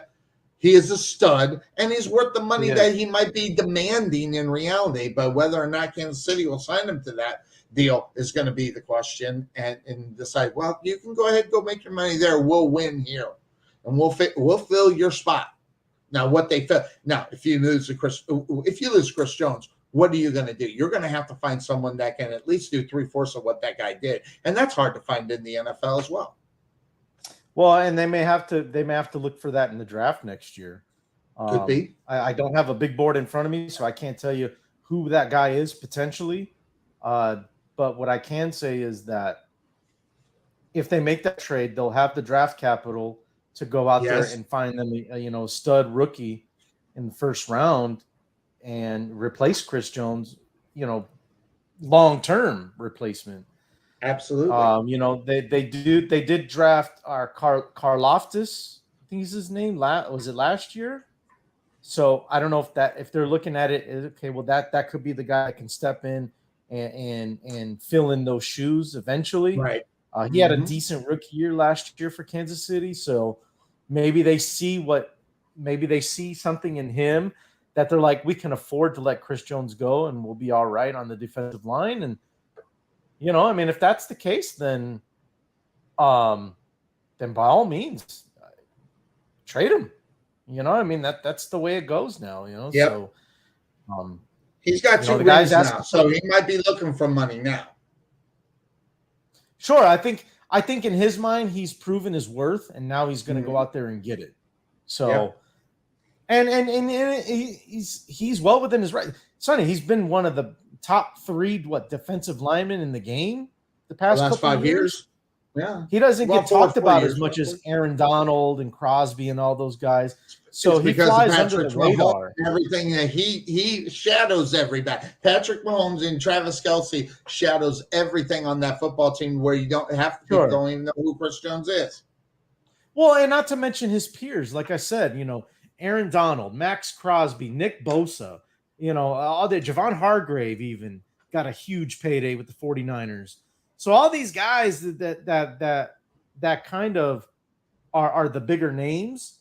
Chris Jones is a guy that doesn't get talked about as much, but he produces absolutely just as much as those guys. Command that kind of money that those names that you were just talking about. He can command that money, and whether or not a team is going to, and then you get on whether or not a team will actually pay it. So that's always the big thing, but. Man, the Raiders just because you and I both, I think, and I say this, knowing you for 14 years, love the idea of just win, baby. I mean, we love that idea. We love what it's about. Do what you got to do, and I love that. And I haven't seen a just win, baby in years coming out of the Raiders squad. So. And so that's kind of disappointing. I would love to be able to say, "Well, that's a team. Just win, baby. That's it." We haven't seen it, and that's why I got him in that. Where do you have him in this division? Yeah, Sonny, I got him in last too. You know, the thing is that, I think Jimmy. Oh man, I don't know if I want to say he's a step down from Derek Carr, but I'm gonna say it because. How about the same guy? In reality, he's the same guy. In reality, except Jimmy Garoppolo will make less mistakes because he won't go for. And what's the crunch on Jimmy? He won't go for the big play. I mean that's what we've always talked about. What's he doing downfield? These things. Now Derek Carr will make the mistake, throw the interception, things of that sort. So I would think at least maybe the same guy evening out well. He won't make those mistakes. He doesn't have the arm. So I think that's where the even out is on it as far as the same guy is concerned. But health has always been something that you have to worry about Jimmy Garoppolo with as much too, because last 3 years that guy's been banged up, knocked out, and nicked up. But that's not necessarily his fault. He needs to get some help on the front lines of the football teams. I don't know if he got much better going here to the Raiders. They used to have a good offensive line. It's tapered off in the last couple of years. So how much banged up he's going to get in the season is going to be a big question too. Right. And that's the thing, with Carr, he had that one bad injury where I think he broke his fibula or something, right? Yeah, I think it was. Yes. Yeah. But other than that, he's been in the lineup. He's played at least 15, 16 games every season for the Raiders. So I think durability, I think Carr gets the advantage. Mm-hmm. But for Jimmy, I just think the reason that I say it's a step down right now, right, it goes back to what I mentioned a little while ago, where he's got to get familiar with that offense, the playbook, timing with the receivers, offensive line, all those little things that we really don't talk about often as, podcasters like us or analysts, on TV or whatever. It's easy to say that one guy's better than the other and he's going to do better. But you really got to dig deep with a situation like this and think about, okay, Jimmy Garoppolo is going to, now he knows Josh McDaniels. That Right. there's familiarity there. Yes. I just think, but he knew him as an offensive coordinator, not the head coach. So there is a difference there. So I just think, today it's a step down. 8 weeks from now, we could be having a different conversation. Absolutely. Because Jimmy could be, going on a tear. He's got Devontae Adams in his back pocket. Winning 70% of his games to this point in his career. 68, I think, is what the number is. Right. That's good. But key thing here is defensive side of the ball.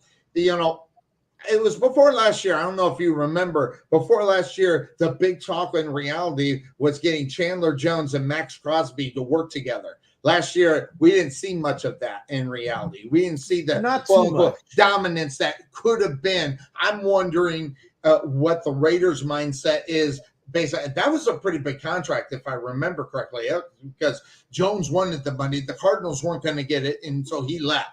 So I know it was a big lucrative contract. I just don't remember the numbers. I'm wondering how much or where the Raiders are with him as far as could he be a mid-season trade, guy, depending on where they are. They're not going to get rid of Crosby. He is staying.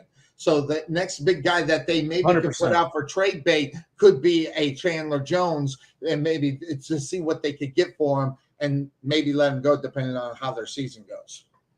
Yeah, I could see that. I just don't know, cap wise, does it make sense for the Raiders to I don't know that number either. Yeah. But anything's possible, Sonny. I mean, it's the NFL. You just never know. You never know with the NFL. And here's the problem also, just to kind of throw this out at you. Them just signing Jacobs. Okay, the guy hasn't been in training camp. I don't think this guy's in football shape to even start week number 1, but they will. They'll start him. He'll be in the lineup because he's Josh Jacobs. I said Jones, sorry. Josh Jacobs. He's going to be in the lineup week number 1.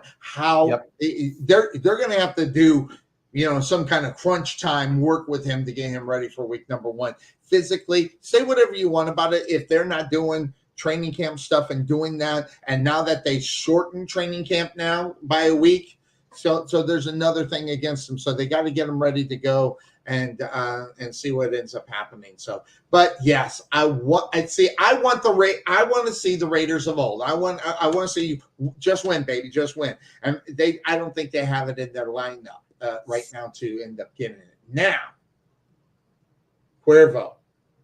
Number 3 is a very interesting spot. Mm-hmm. I mean, we're not fooling anybody. We both have Kansas City win this division. I don't think that's even a thing. But right now, you got a football team in the Chargers who don't seem to have it put together. They should have fired their coach. I mean, we were talking. I don't know. Oh yes, should have fired the coach. They didn't. They did not make that step. And I'm telling you right now, that was, out of everything they have done, Cuervo, that might have been the thing that probably hurts this team the most, because now it's going to put them yet another year behind another football team who did sign the coach and did bring it home. But this year, right now, what's going on? Herbert signs the big deal, so we don't have to worry about money no more. This is your guy. You're living and dying by him. But this coach, I forget his name. What's his name? For the Chargers. It's Brandon Staley. Staley. That's right. Reminds me of the running back of the Eagles back in the day. I always get Deuce. Yeah, Deuce. Yeah. So Deuce Staley, who should have been fired last year. But what are you going to do differently this year with Justin Herbert? What are you going to do? This is your time to stand up and say, yeah, I didn't deserve to be fired. Here we go. This is my guy. Justin Herbert now has got to take the step forward. I'm telling you right now, I think this was the biggest mistake. I looked at all the teams, and the thing that stood out of me, there was a lot of things. But the thing that stood out to me is that they did not let Staley go. That should have been done. It should have been done. And just one more time. That should have been done. so they can get Herbert in the right mindset this year based upon the money they just got done paying him. And they knew they were going to pay him. They made a huge mistake. They better figure out something with that coaching staff to get Justin Herbert to be the superstar he's capable of being based upon all the predictions. Oh, but Sonny, don't forget, and the Dallas area is going to love this one. They've got Kellen Moore as their offensive coordinator now. So Justin Herbert's going to throw for 6,000 yards, and he's going to break all kinds of records. That move right there almost had me putting the Chargers in last place. That move alone almost did it. And it's because you listen to this show and you know I'm not a Jason Garrett fan. And Jason Garrett is a joke. And then you get his protege in there to take over and bring him in, the second coming. Yep. This is just we didn't even talk about it. It was the dumbest move outside of that. Now, you know what, though? Okay. Here's the thing. What do we always talk about? And this applies to coordinators, too. It's not just head coaches. You know, sometimes guys just need a change of scene. Yes. And, you know, I kind of wonder. I'm glad you picked that one instead of the one I thought you were going to say. And it kind of makes me wonder, was Kellen Moore just tired of Dallas and he just wanted out? And if that's the case, then you are going to see Justin Herbert go off. And you are going to see that Charger offense putting up monster offensive numbers. And they could very well be a top 10 offense. Especially if Austin Eckler comes into the season motivated, even though he didn't get his payday. He comes in motivated, saying, you know what, let me just ride this thing out and I'll get my payday next season. And if I don't, then I will not be a Charger next year and you will not see me come back. And so with that being said, this could go either way. It could either be Kellen Moore wanted out of Dallas. He was tired of the nonsense with Jerry Jones and McCarthy or whatever. And he's going to really open things up with the Chargers and Justin Herbert. Or Kellen Moore is not really – he's not the – as you like to say, he's not the cat's meow at all. Yeah, at all. and the Chargers are going to they're going to decline offensively. This could go either – that's why it's so hard to figure out who the Chargers are going to be this year. One thing we know for sure, though, Keenan Allen's going to get hurt at some point this season. We know that you can slap the table on that. Keenan Allen is going to get hurt. I can't stand that. And that's because the play calling will put him out where he's all by himself, all stretched out to get the ball, and he's going to get nailed. Listen. Sonny, the fact that they put that guy in there, it's going to take Justin Herbert back 2 years. Sonny, let me tell you, Bill Walsh, God rest his soul. Bill Walsh could be the offensive coordinator of this team. Keenan Allen will find a way to get injured. Bottom line. So it's going to be on Eckler. It's going to be on Mike Williams. It's going to be on their rookie Quentin Johnson, who you know for sure. I like him. You know him very well, I'm sure. I do. So it's going to be on those guys to get the job done for the Chargers offensively. It's pretty sad when you can sit here and say a coach will take you back. And like you say, Cuervo, this is either going to be the cat's meow or the cats are just going to be laying in the corner not doing anything. And I'm worried about that for Justin Herbert because of the fact of the potential and what everybody talks about him, right? And listen, this guy's a potential top 5 quarterback if you get, but it's not because of your offensive coordinator that's going to do this, and it's going to be, and this is what's going to suck. I'm just going to say it.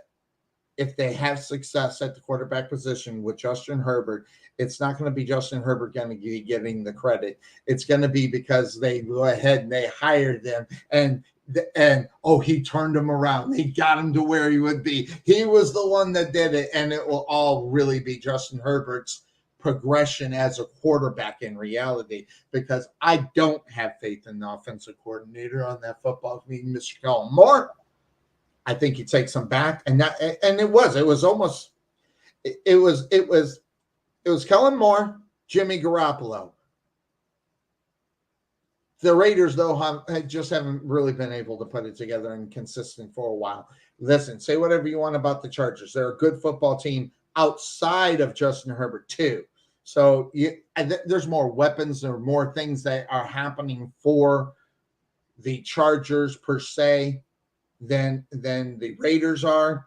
And that defense is not bad either. I mean, don't they got the other Bosa brother there? They sure do. Got the other Bosa got brother. Joey. Hopefully he can stay healthy this year because he was hurt last year.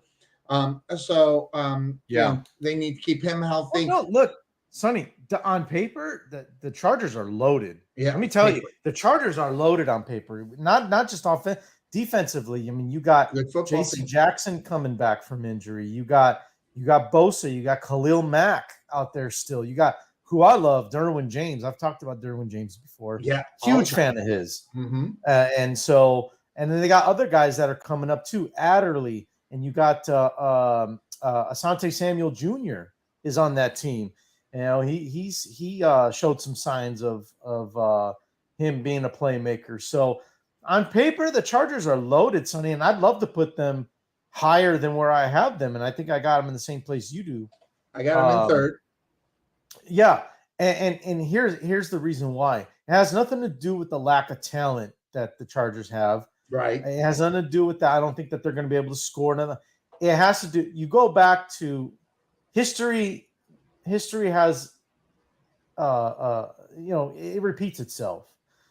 And so what I'm afraid of, if I'm a Chargers fan, is Brandon Staley and his ability to gain clock manage at the end of games. Well, we were screaming about that last year, weren't we, Cuervo? It was one of the big things. And it sucks, but it's probably going to happen again. The Chargers are going to be in a spot in a game where they either need to save time or, they need to kill some time, and they're not going to do it. It's going to be 3rd and 5. They're up by 4 points.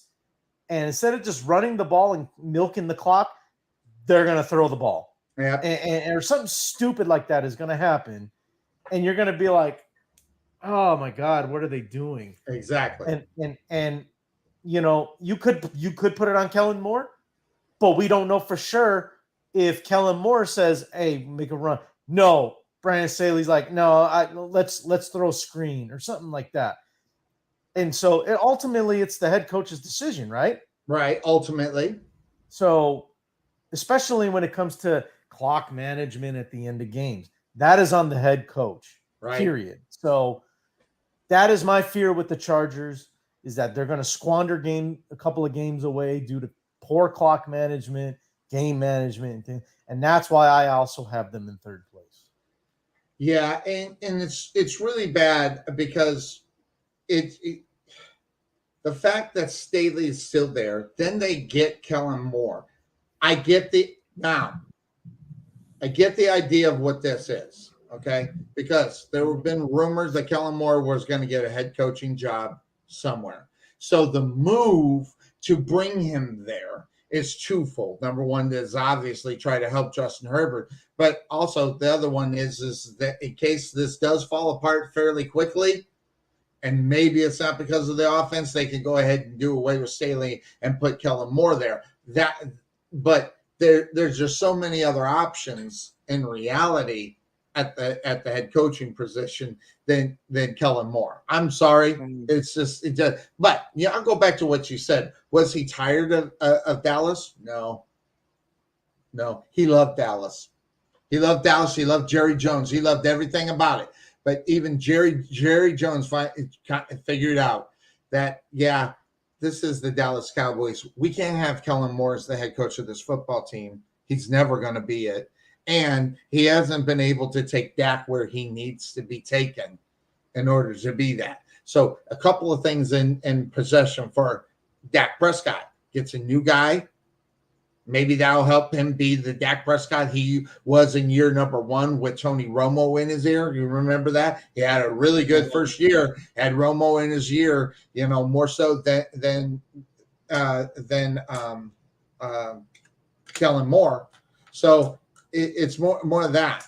Also, looking at the Chargers and what they got at their running back position with Eckler, if that guy can stay healthy, Cuervo, it is nice to be able to have that running game that Eckler brings. Never mind getting him out and pass plays and and letting him use his legs.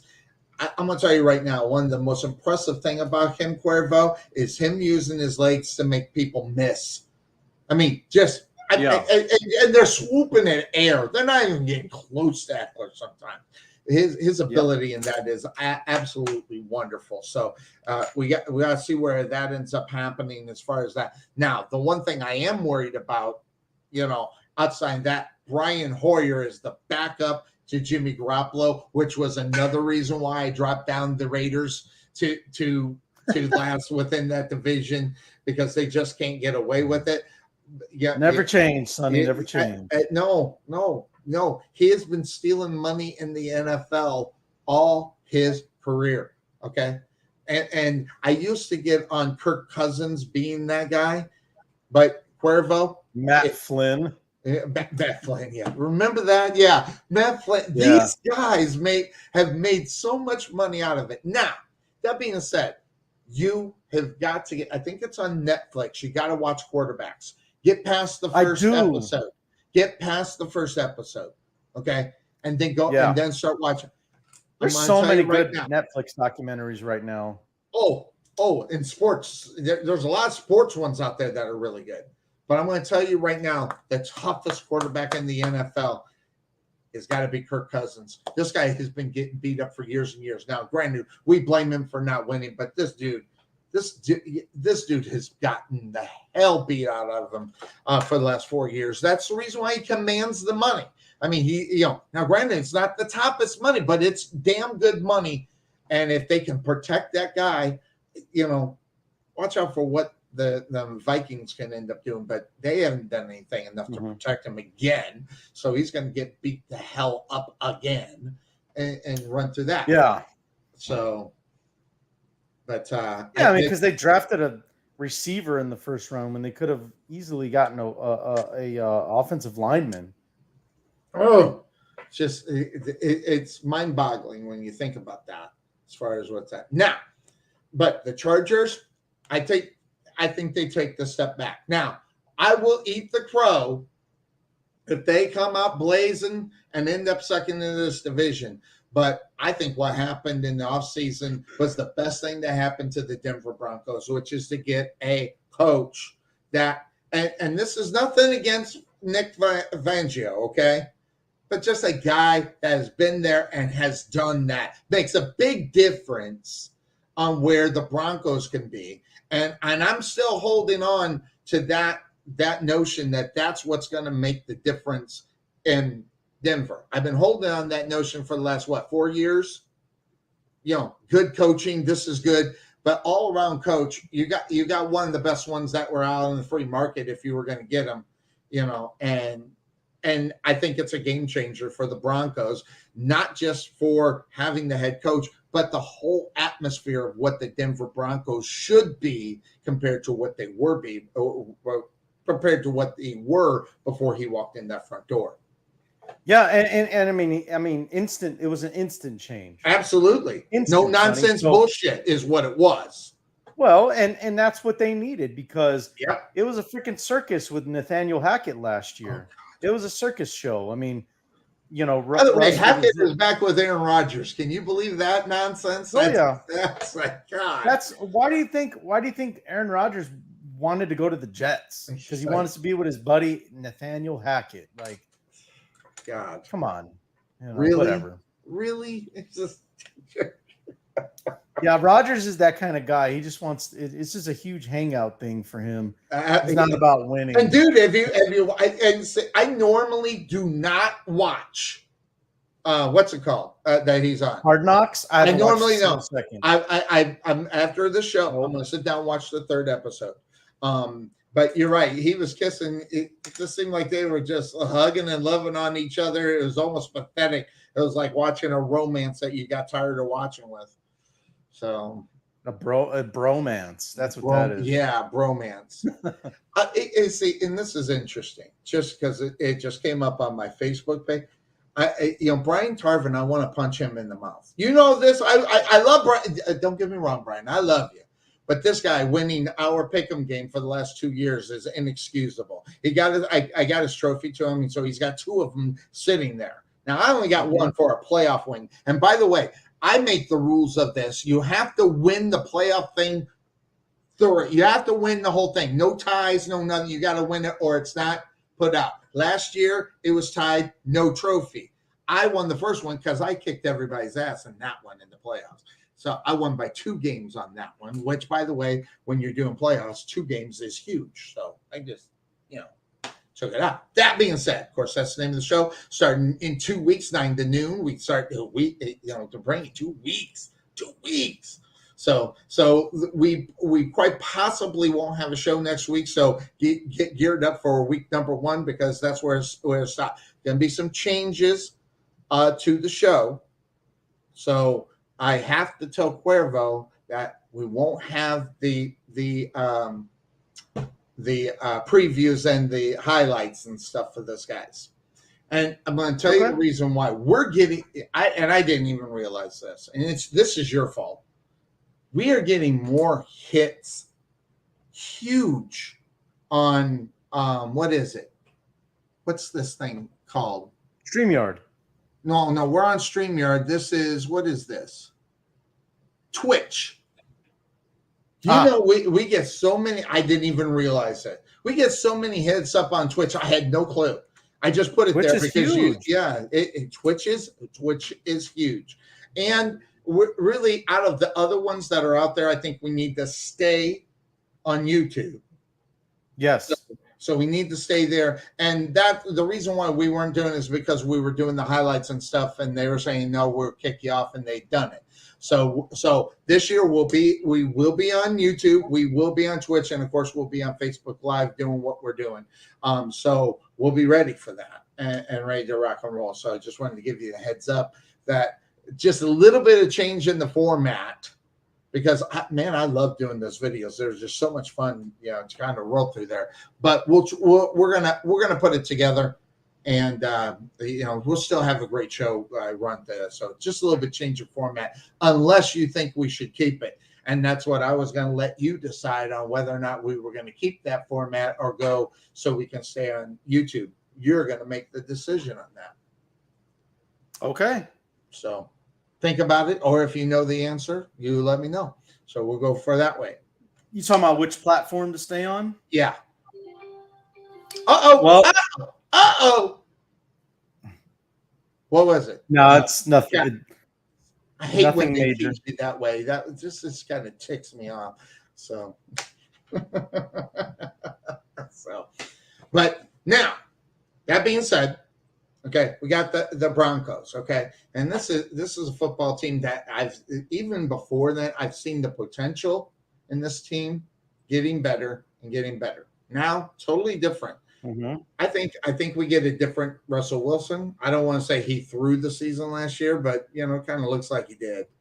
He didn't want that guy there anyway. Okay, we just play like shit. I could get rid of him. And listen, you say whatever you want about Russell Wilson. He's got an ego, and that's fine. I'm all for guys having egos. It's just the way it is, right? But that ego goes away when you got a new head coach walking in there, and it changes the whole perspective of what that football team is. So I think, depending on the situation, how it goes, how do you think that relationship is going to go with Russell Wilson and that whole offense with a new head coach? And listen, say what you want about this guy. Won the Super Bowl. Sean Payton won the Super Bowl. Probably should have at least had one more based upon 2 plays in 2 different games. Oh my God, yes. I listen, I'm going to live on it. I'm going to live on it. Those were horrible calls and took away from, the opportunity for them to be in 2 more Super Bowls. Yeah, so you know what? That one against the Rams, I will never let that one go. And I'm not even a Saints fan, but I won't let it go. Right. I won't let it go. That's got to be the worst call I think I've ever seen. Absolutely. Yeah. Ever. I agree.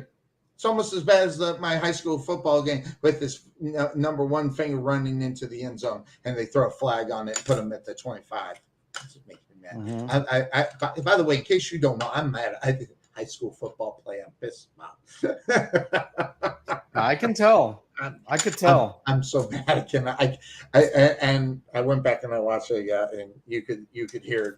But you know what, Sonny? That's what makes you the best guy for that high school team, for that football team, because that just tells you right there that you care and I'm vested. You're not going to put up with the BS of these refs just doing whatever they want, right? So you're going to get those one or two calls great. that you got to swallow. There are ones, but when they're game changers, and there were 3 that were game changers to where they walked in and winners are like. Now, if it's one play, you just got to suck that up. 2 plays, man, yeah, you should have. But 3 plays, we're talking 18 points left off the board that they didn't get.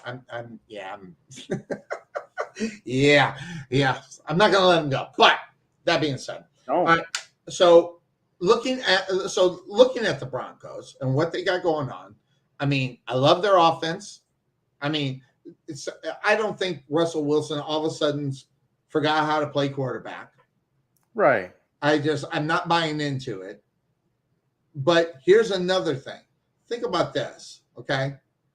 Broncos right now, they got, I don't know if you know about it. I think your wife probably knows about it before you know it. They got brand new. They spent $100 million on a scoreboard, okay? I don't know if you know about that, but no. So expectations are coming. New scoreboard, lots of upgrades within the stadium, okay? Really? How about this? Just last night, 41-0 over the Rams, which last night, yeah. That I'm just like, I. I'm picking the Rams for a second, but I refuse to pick the Seattle Seahawks to win this division or come in second in this division. Just not going to do it. Mm-hmm. More than that fact. Now, what has to happen here in reality? There are a lot of guys that are on the bubble on this football team, and who's going to make it or not, and some names that are on the bubble that may or may not make this squad.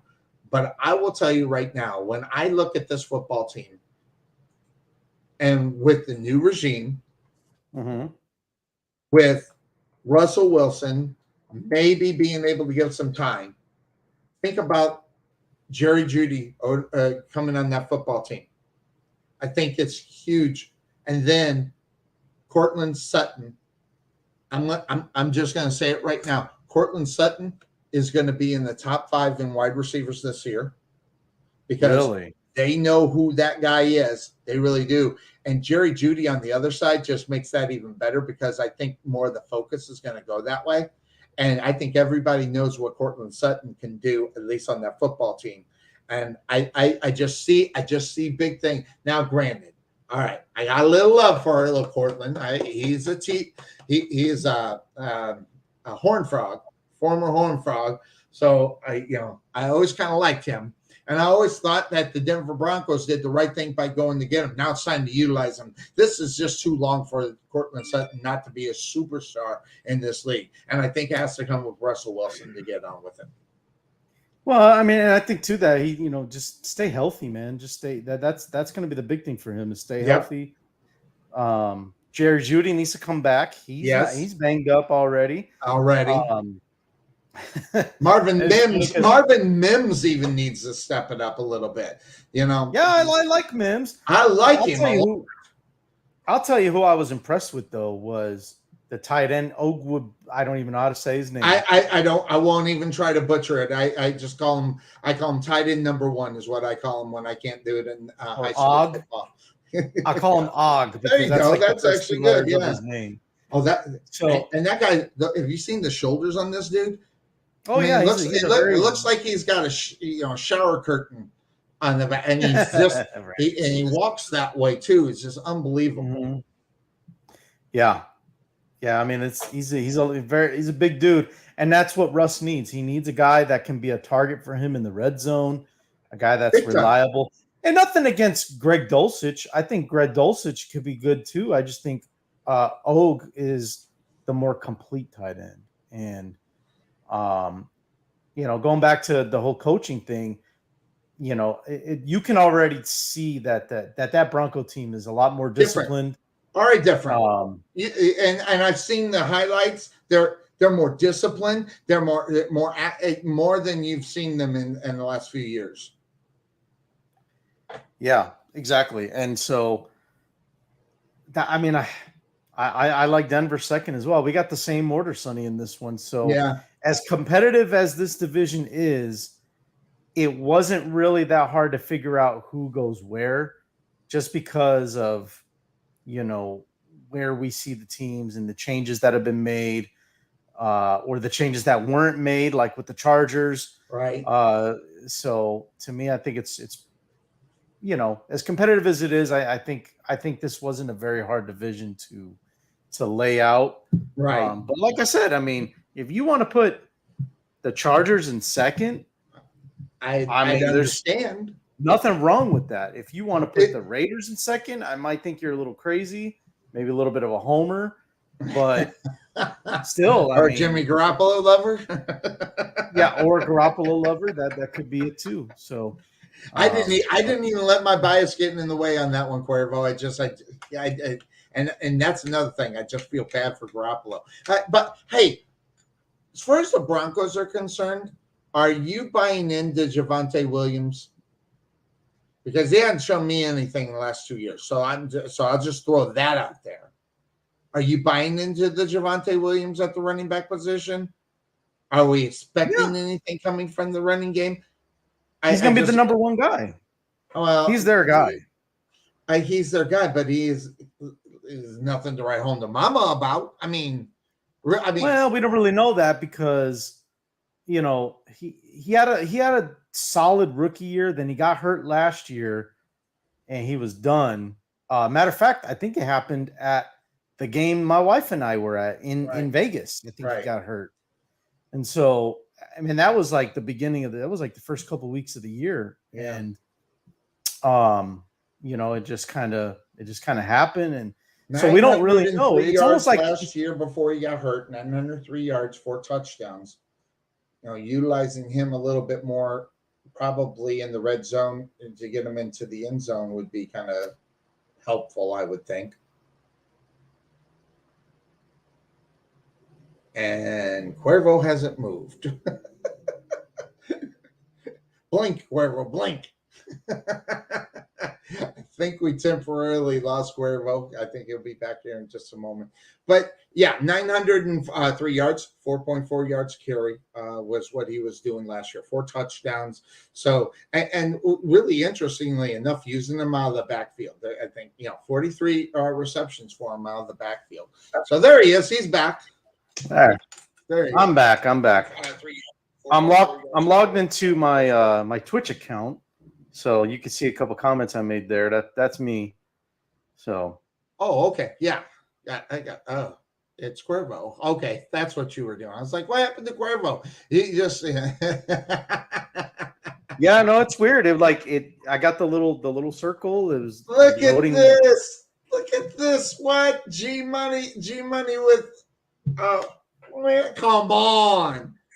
Oh, you didn't I thought put it was him funny. in as your picture. You put him as your picture. Oh no. Do you see what he's holding though?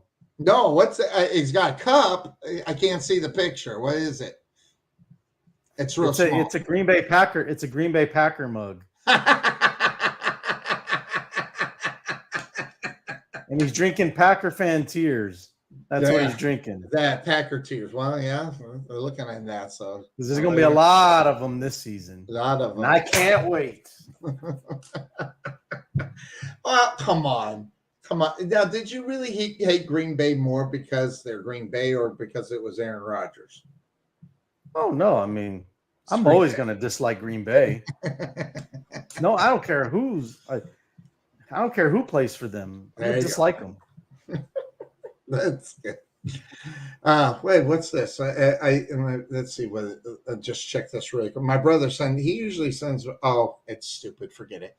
It is about the NBA and the NFL. Who's been arrested? Who hasn't? And they thought it was but it was.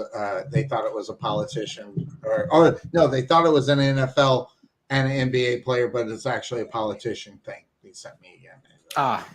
Yeah, that's old. I've only seen it 9,000 times. So, but anyway, but. Obviously, the class of the division, really isn't very much. I mean, you know who's going to be there. This is Patrick Mahomes. You better figure out how to beat this team. Okay. Now, I heard an insane thing that was said the other day, and it was said by a former player / analyst. And listen. I love Andy Reid. But Andy Reid is not the best head coach in NFL history. He's just not. Now, you can talk about him being top 5, maybe top 10, because you got to give the old folks some credit too. The old timers some credit on what they've done, whether Landry and Madden and all these other guys. You got to bring up. So top 10, I think you could probably put him at 10, probably. And that's respectful. By the way, I'm tired of people acting like someone saying that Andy Reid being top 10 head coach in the NFL is some kind of diss. It's not a diss. He's top 10. Look at the names of these coaches. And then go, respect it for what it was. But no, he's not the best coach ever done. Now, I will say this. Andy Reid's capabilities of selling what he's buying to these younger players, Cuervo, I'll give him all the credit. He might be just as good as one, what's his nose up in New England, Bill Belichick. He might, but I think what ended up happening is Bill Belichick was able to sell that for as long as he could. And new players, new attitudes, and everything has just taken over. But Andy Reid has still figured out how to keep it in check. And I don't know how he's doing it, but I'm telling you right now, every single one of his players love Andy Reid. I mean, they love him. More so, maybe, and I think where it boils down to is that he probably listens a little bit more than Bill Belichick has. I could see that. And saying, well, okay, we'll listen. That makes sense. We'll try that. Well, Bill Belichick says, okay, get that shit away from me. This is the way we play football. Yeah. I think that's my way. My way. Yeah, my way. Yeah, I don't need that. I'm the coach of this football team. I got the rings. Go away. Whereas I think Andy Reid, and you can just kind of see it when he's on the sideline, when he's talking to guys and things of that sort. You'll see a little bit if you watch the quarterbacks thing a little bit with him in there, how he relates to play and how he lets his other coaches step in and take over when they need to do it. And I just go back to the fact that when Patrick Mahomes walks off the field and Eric Bieniemy is on the other end of the bench instead of right there with him, it just shows a lot that has been going on. Now, that being said, Cuervo, Eric Bieniemy has been being raked over the coals over in Washington, and this is what I'm going to say. You and I are not really Eric Bieniemy fans per se, but these players thinking that Eric Bieniemy is too tough on them. Did you hear that? Did you read this nonsense about a month ago? Where Eric Bieniemy's players are saying that he's being a little bit too tough on them? Huh? Well, I know Ron Rivera was involved in that too, right? Well, Ron Rivera was basically in a politically correct way of telling the players to shut the hell up and listen to your coach. Right. But these players are going off and they're a little bit worried. The quote was they're a little bit worried about how Eric Bieniemy is a little, quote unquote, aggressive in his coaching style. Well, okay. Right. I'm just going to turn this around and say, well, I'm a little bit worried about the lack of testicular fortitude that this football team has if Eric Bieniemy, listen, Chico is no slouch. Chico will be in your face in two seconds if need be. We've only seen that 1,000 times. But Eric Bieniemy is the problem. It's like, oh my God. And it just scares me about how bad that is. Oh, Yeah.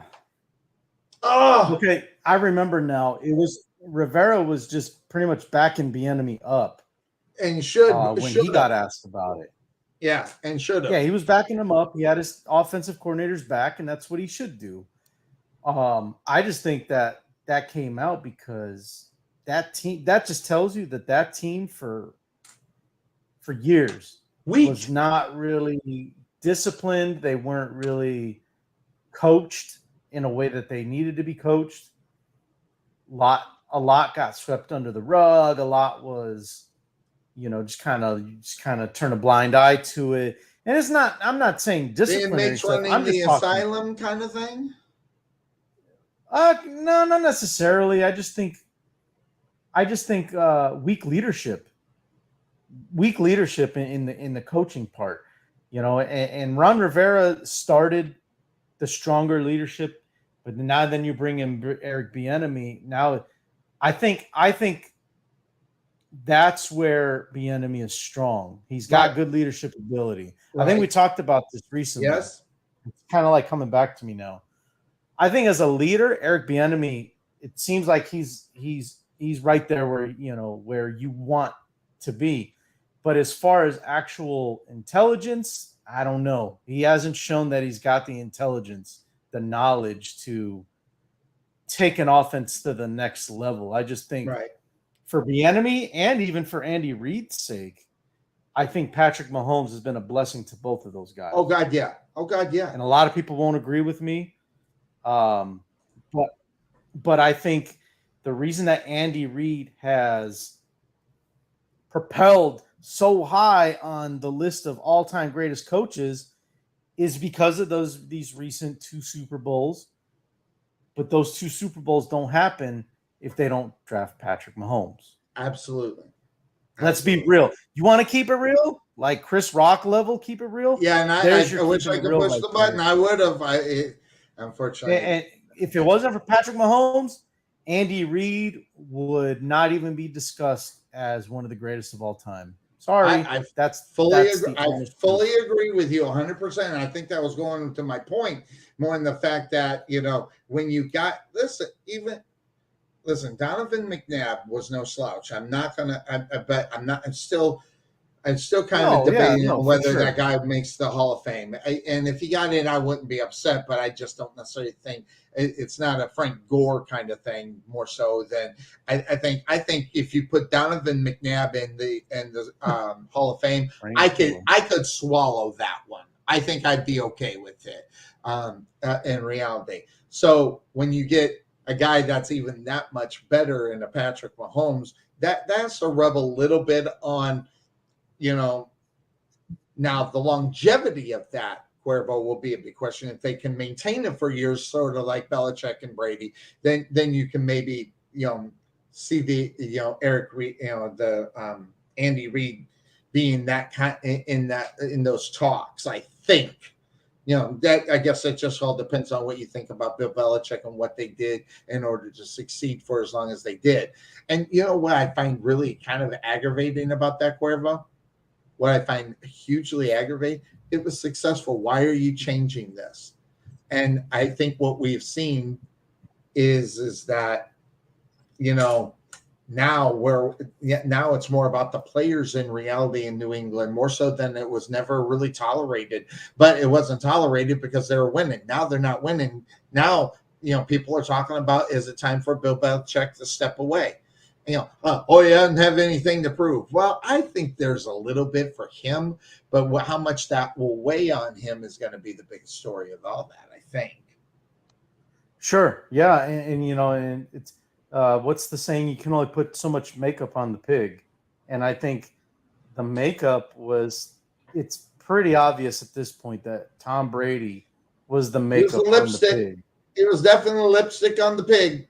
Yep. Yeah, exactly. So, And I'll admit I was not exactly right with that. I was a believer that Belichick made that dynasty. Uh-huh.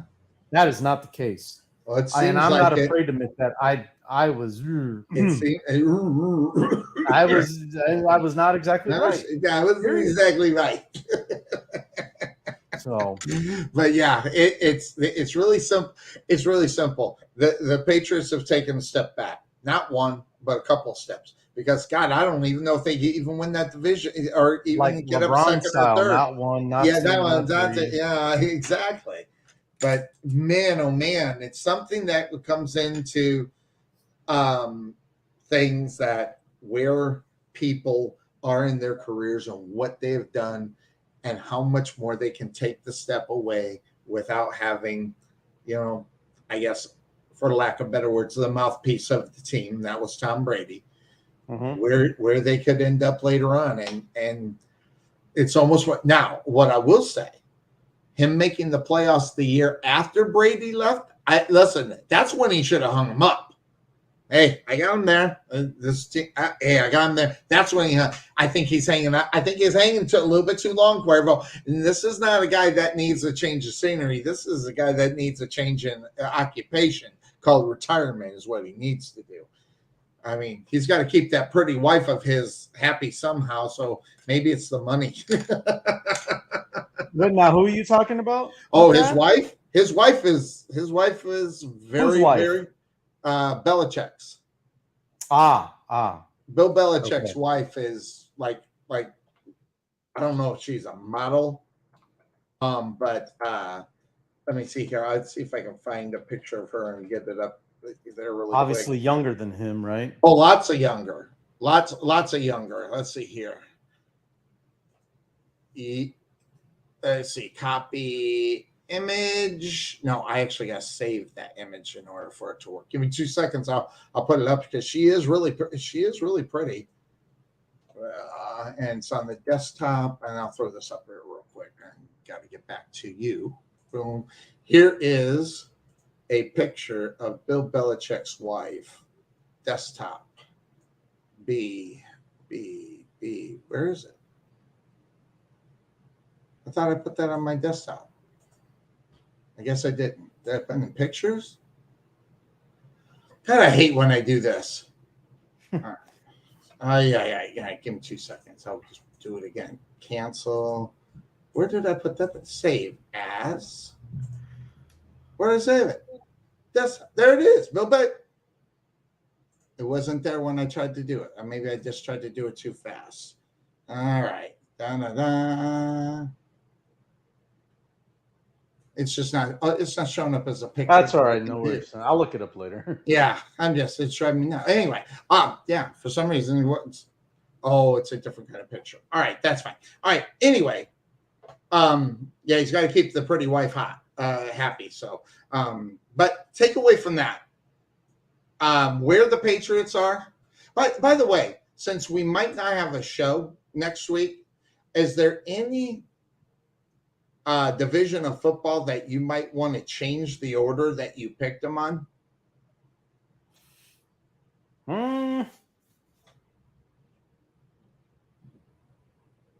Not that I can think of at the moment. No, not right now. Okay, all right.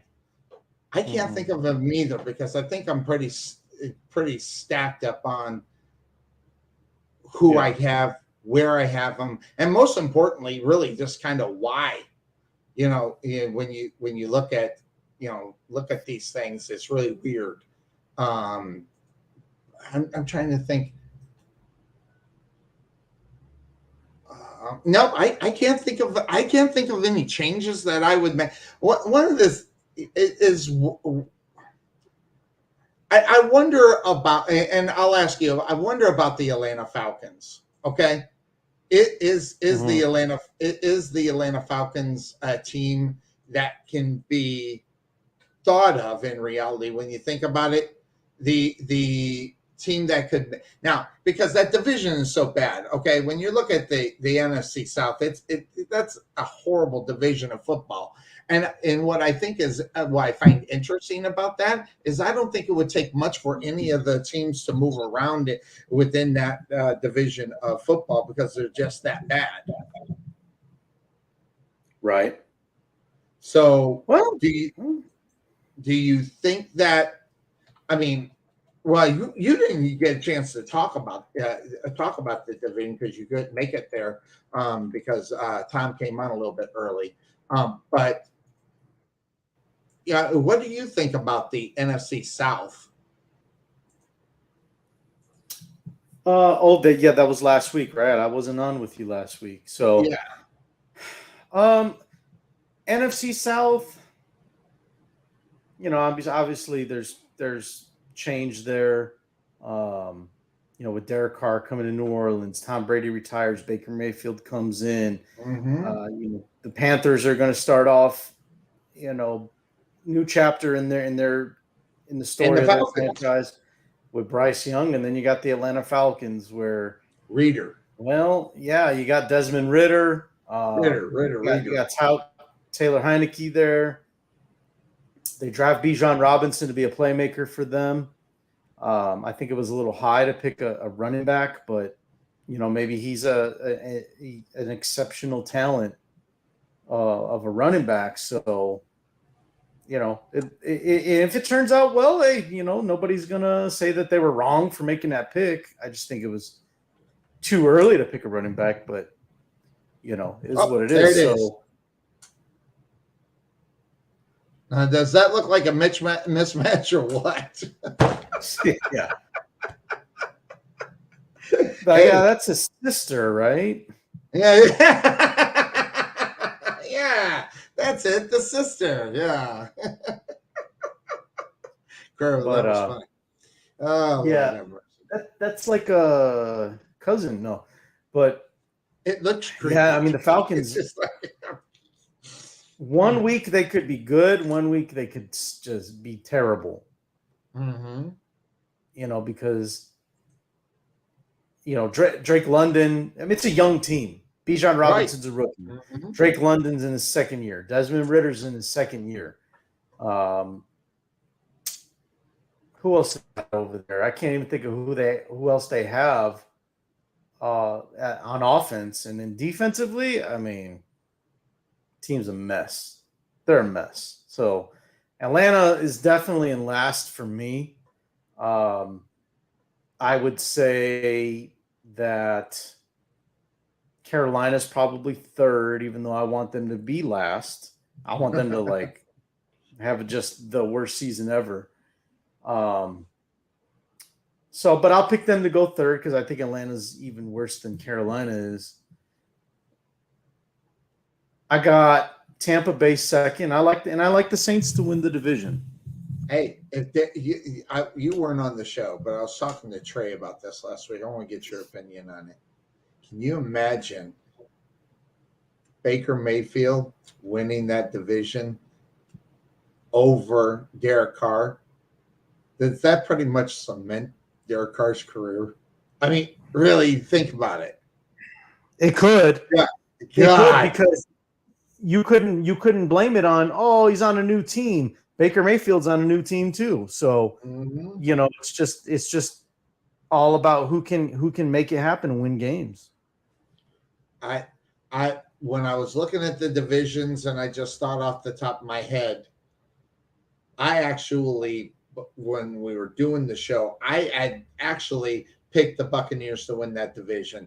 Then I was like, well, and normally I don't worry about it, but it's almost a disrespect to Derek Carr in reality. Derek Carr, I mean, I'll even admit it, is a better quarterback than Baker Mayfield. But it just got me wondering, if Baker Mayfield finishes higher than Derek Carr, and not only that, it could be the best thing to happen to Baker Mayfield's career as well. I mean, in reality, you just beat out Derek Carr, which Derek Carr, I think the Buccaneers would love to have Derek Carr as their quarterback. In reality, outside of losing Tom Brady. So it's one of those things. I look at it and I look at it and go, man, this is going to make or break Derek Carr's really his career now, whether or not he continues after next year. Because I think if Baker beats him out, they'll be done with him. That contract's not like, something that's cemented in stone there. I don't think it's not. I mean, I think they just finishing out the contract. There was no extensions or anything put on it. He For just Baker Mayfield? No, for Derek Carr. Derek Carr? I don't think his contracts. Let's find that out. That would be interesting. Remember, I think the Raiders cut him, and then he just signed with the Saints as a free agent. Yeah. Let's find out what his contract is. I'm very interested to find out what it is. Derek Carr's deal is worth $150 million over 4 years with guaranteed through 2024. Wow. The 150 is over 4 years with guaranteed money. So hold on, here it is. And get this. This is what happens. When it hit February 15th, the Raiders had to pay, the base salary for next year was 32.9. That's the reason why they got rid of him. But that roll, if I'm not mistaken, that rolled over with them to go there. And then for next year, $7.5 million for 2024. So he's getting a combination of close to $40 million for 2 years. Guaranteed money. So he's there probably for 2 years in reality. So kind of based upon everything. $39 million though for Derek Carr. That guy better win some football games. Yeah, he will. He'll win games. I think they win the division.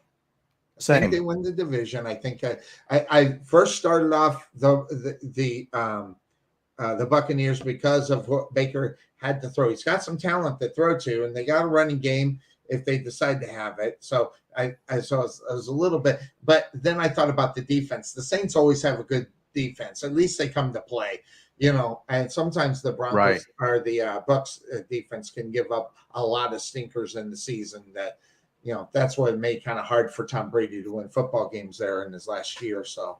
But so you got New Orleans, you have Tampa Bay, and then the Panthers, then the Falcons. Right. What about the AFC South? So AFC South, that's a tough division because it's weak. Like all the teams are bad, I think. All the teams are bad. Well, 3 of the 4. You know me. Who's rough on the Jacksonville Jaguars? Yeah. I just worry about whether it was a fluke. Do it easily, I think. I just worry if that was a fluke by the Jaguars or if they're legit.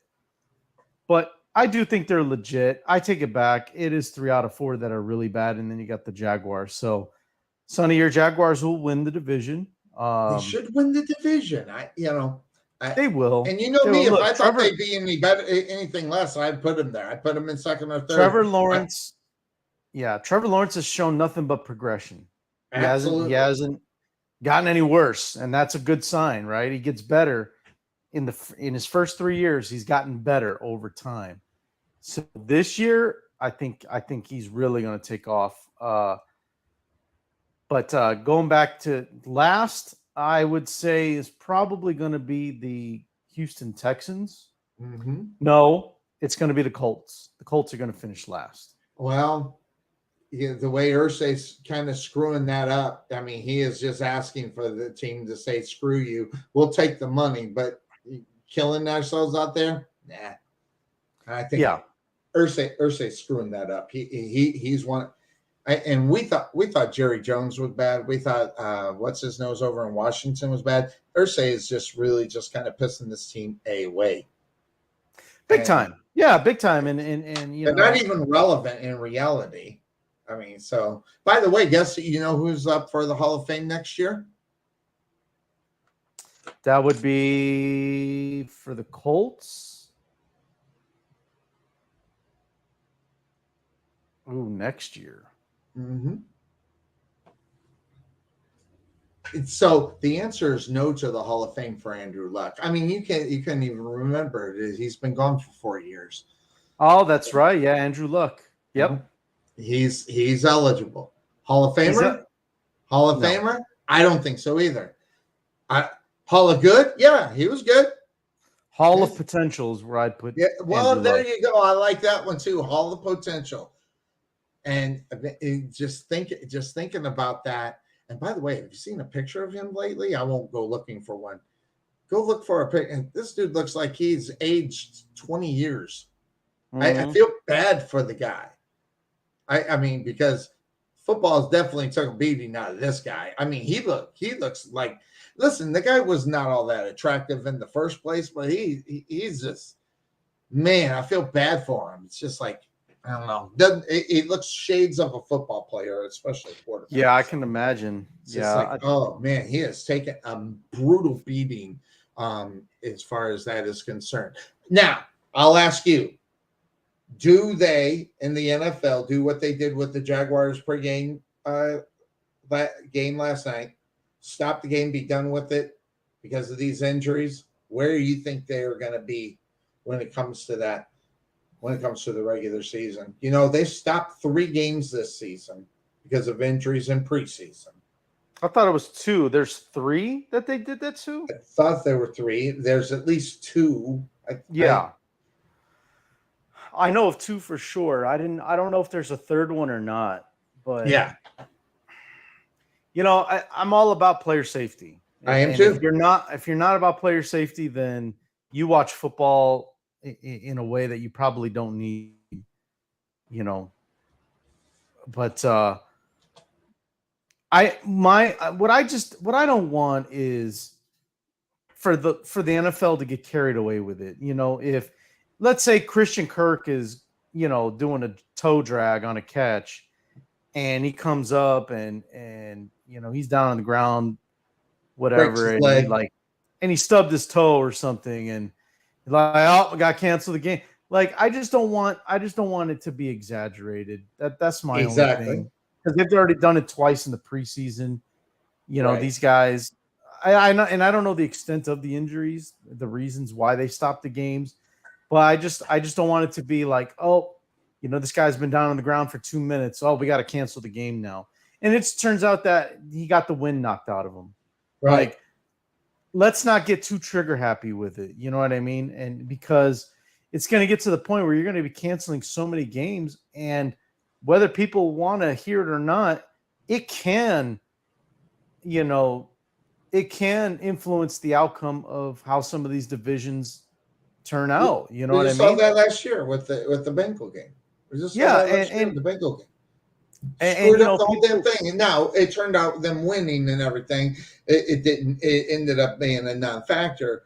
But if it did turn out that how they were going to do that, I don't know what protocol. See, interestingly enough, I don't know. There's a protocol in line right now for the regular season that is obviously not the one that's going to be what we see in the preseason.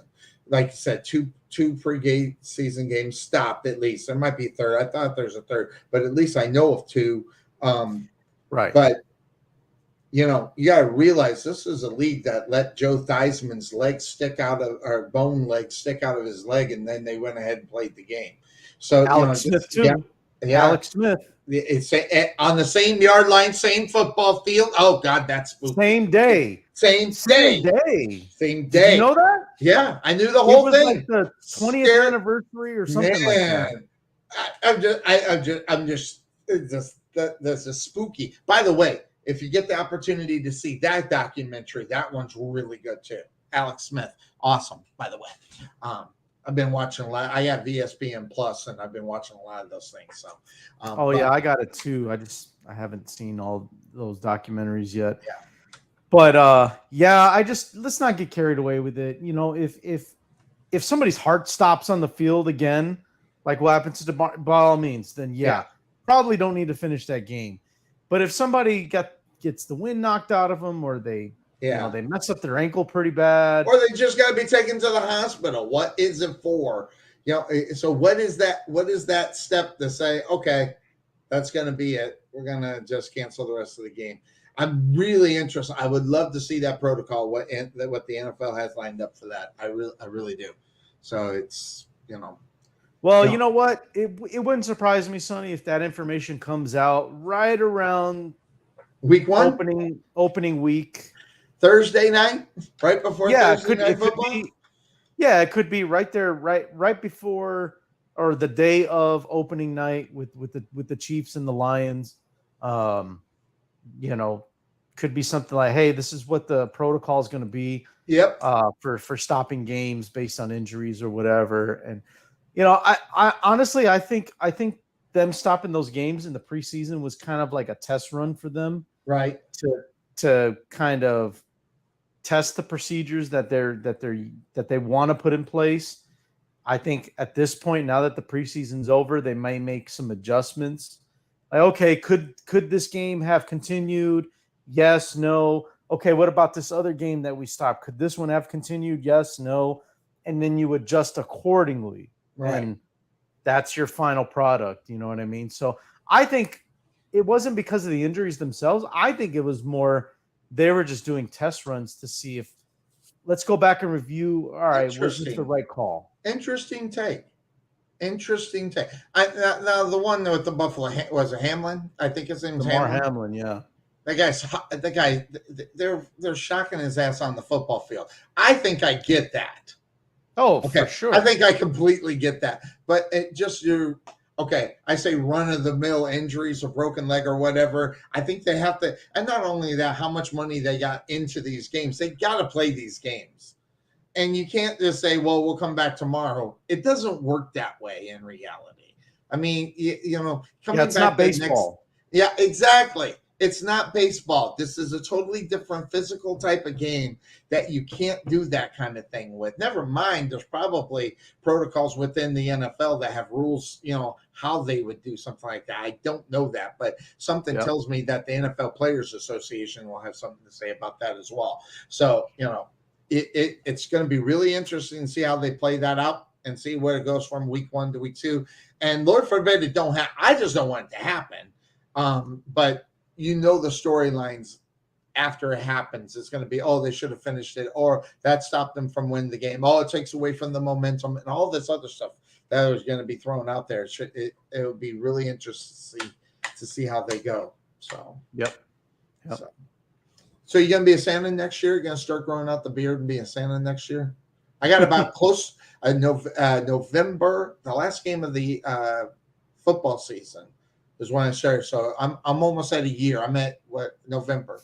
We're 3 months away from November. Yeah. I got 9 months in. I got 9 months in. So you should be you're gonna be a Santa next year. I'll think about it. That'd be kind of fun. That'd be interesting. So the beard's coming in. It's all thick and everything's kind of shaped and everything. That's what I hate. I hate it. Oh, dude, I hated it for a while. It's just like I was close. Just letting it go. Now it's filling out a little bit better, so I'm a little bit better. In other words, I can see him looking at my face. Well, that's always a good thing. That's always a good thing. So, all right. So that does it. I'll let you know about next week, but I probably am not going to be on there. What are you doing next weekend? I'll be out of town. So it works out perfect. He's like, hey, wait, we're not going to be here. It works out perfect. Wait, by the way, you're going to are you going to a football game? Nope. Not an NFL game, but I thought you might be going. Where you go? Next weekend? Yeah. I'll be visiting my father. Haven't seen him in 15 years. That's right. You're going to Mexico, right? Puerto Rico. That's right. I remember that. The funny thing is when your wife said it, she goes, "Yeah, we're going to Puerto Rico." It's like, what week is that going to be? Yeah, no, right before the season starts. Well, good. I hope you have a great time. Most of all, obviously, be safe. You had to pull out the old passport to go to Puerto Rico. No, I'm joking. It's a U.S. territory. I do know that, but there's a whole joke. You need a passport to get to Puerto Rico. No, you don't. It's a U.S. territory. But you know what? People still think that, though. Oh, I know crazy. They do. People still think Puerto Ricans think that. Puerto Ricans think that. It's our country. No, they know better. They know Do they? better, but That Americans just don't goes to know. show how They stupid think- we are as a country. yeah, but you know what? See, Hey, those are what the ones that worries didn't me pay about that attention. is if I know it's a U.S. territory and people that don't, I don't consider myself a very smart man. But if I know that and other people don't know that, I'm like, oh my God, especially young people. But, it is what it is. Yeah, well, yeah, that too. It could be the younger ones that are like, oh, I don't have to get a passport. Nope. No, you don't. I heard that joke rolling around. Like, I get that passport. We're going to Puerto Rico. I'm like, no, you don't. It's like, really? Come on, God, you're not that stupid. Well, maybe you are. Yeah, somebody slept through geography class. Evidently, or didn't pay too much attention to it. But Right. well, that's gonna do it, man. We knocked 3 hours out. It's easy peasy, man. Every time we get up on board, 3 hours is a joke almost when it seems like when we get on the roll. So, so we'll just call it no show next week. Week number 1, 9 o'clock right here. Right, 9 o'clock right here. We'll start knocking it down and taking a look at the 2023 season starting week 1. It's gonna be a blast. Can't wait. Me too. Yeah, and if you do want to do like an opening night show or something like that, I'll be back Thursday by night. then. Here's the problem. I work Thursday night, and that's I'm not going to get off until 8 o'clock my time, and the game's already rolling and going into it and stuff. So, right. Unfortunate. I hate my schedule. God, I hate my work schedule. However, I don't really miss too much of the game being where it's at, because it usually doesn't even kick off until 7:30, 7:40, depending on what they're doing. It's usually a 7:30 game. If I'm not. Yeah, there's gonna be opening ceremonies. Probably like the championship banner and all that other cool stuff that they do. Yep. So, all right. So, and I don't have my outro. I don't have my intro or outro because I accidentally got rid of those when I was loading high school football. I'll get those back on next time before we get on. At least have the intro and outros. But outside of that, that's all I got. Is that all you got? Did we miss anything this week? No. Just I think I don't think I finished my order for the AFC South. Oh, okay. Colts last, Texans third, Titans second, and then your Jaguars winning. And that's what one Tom McManus has as well. So, by the way, God, he's awesome. The guy, I think I posted the video. The guy's always on. I went back and I watched your guys' interview from last week. Yeah. After I got home, and then I sat and I watched you talking to Tom, and he was on for a while. Oh yeah, well, we had him for a half hour. He was like, man, I'll spend an hour with you. I'm like, oh, this is great. And then he got a dad bod. He's his band and everything got a gig, and he had to leave right at the top of the hour. So, but even that was a good half hour. But he was going to stay for a while because we were going to talk about all the teams in the division. He was going to hang with us while we talked about them. So, but things changed. Dad bod opportunity. So. I can't believe I know a guy that works.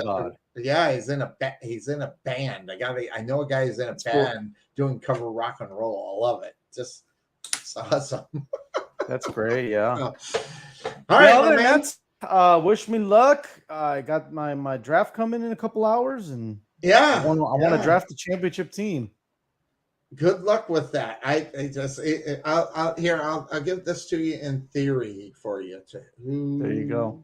Football Fantasy Manager. I think I stopped it because last one I won, I never got paid for it. Last two I won, I never got paid for it, so kind of left a bad taste in my mouth. It wasn't yours. I was in some other one. I put money in and just. Oh no, I know it wasn't mine because I'll pay. I pay out what. I'm not worried about you, but now it just kind of lost interest, and now there's a strategy. You got to know the strategy. I mean, on how you're going to do it, and it changes from year to year, especially who you're going to grab up and who you think is going to be good. Well, it's not as traditional anymore. I'll tell you that. No, it's changed a little bit. So, do you have a idea who you're taking with the number one pick? If I had the number one pick, I know exactly who I would take. Justin Fields. No. Sorry, that one was just too easy. No. Although he Come can on, get you Sonny. some great running yards. You know I'd take DJ Moore number 1. Come There on. you go. Hey, why not? So if you had who's the number 1 pick in fantasy land today? There's only one guy. And if you don't take a number 1, then you're just not looking at it right. If you don't take Justin Jefferson number 1, then I mean, I'd like to be in your league because you don't know how to draft, but There's only one that I think would compare would be Patrick Mahomes. I mean, that guy's going to put up some numbers. And when it comes to fantasy, I'm definitely You're not the quarterback guy. Not in the first round, no. Oh, I am. But you got to get the best one. There's only one quarterback you could, and that's Patrick. Patrick Mahomes is the best quarterback in the NFL. I mean, and oh yeah, I agree. That's the guy if I have them, I'm going to take Patrick. Or if it comes down and he's available, but number two would be Justin Jefferson. Because here's one thing though. As much as Kirk Cousins takes a beating, Cuervo, you better hope that he don't get hurt if you're going to take Justin Jefferson. You better hope that. You're right about that. So, because, I mean, what they put up 4,500 yards last year. I mean, Jesus. I mean, and most of them went to Jefferson. So you think Jefferson. I like that because I like him too. So I had him as my MVP last year, but then again, if you're going to have him as your MVP, you might have to have, Kirk Cousins as the MVP in reality. Throwing him in always goes to a quarterback. So, 9 times out of 10, yeah, it's going to be. It's usually the way it works anyway. Yeah. So, all right, my man. Enjoy the fantasy land, and we will talk to you in 2 weeks. Yes, sir. I don't have my outro, so we're going out. Everybody have a great day. Take care. Bye-bye.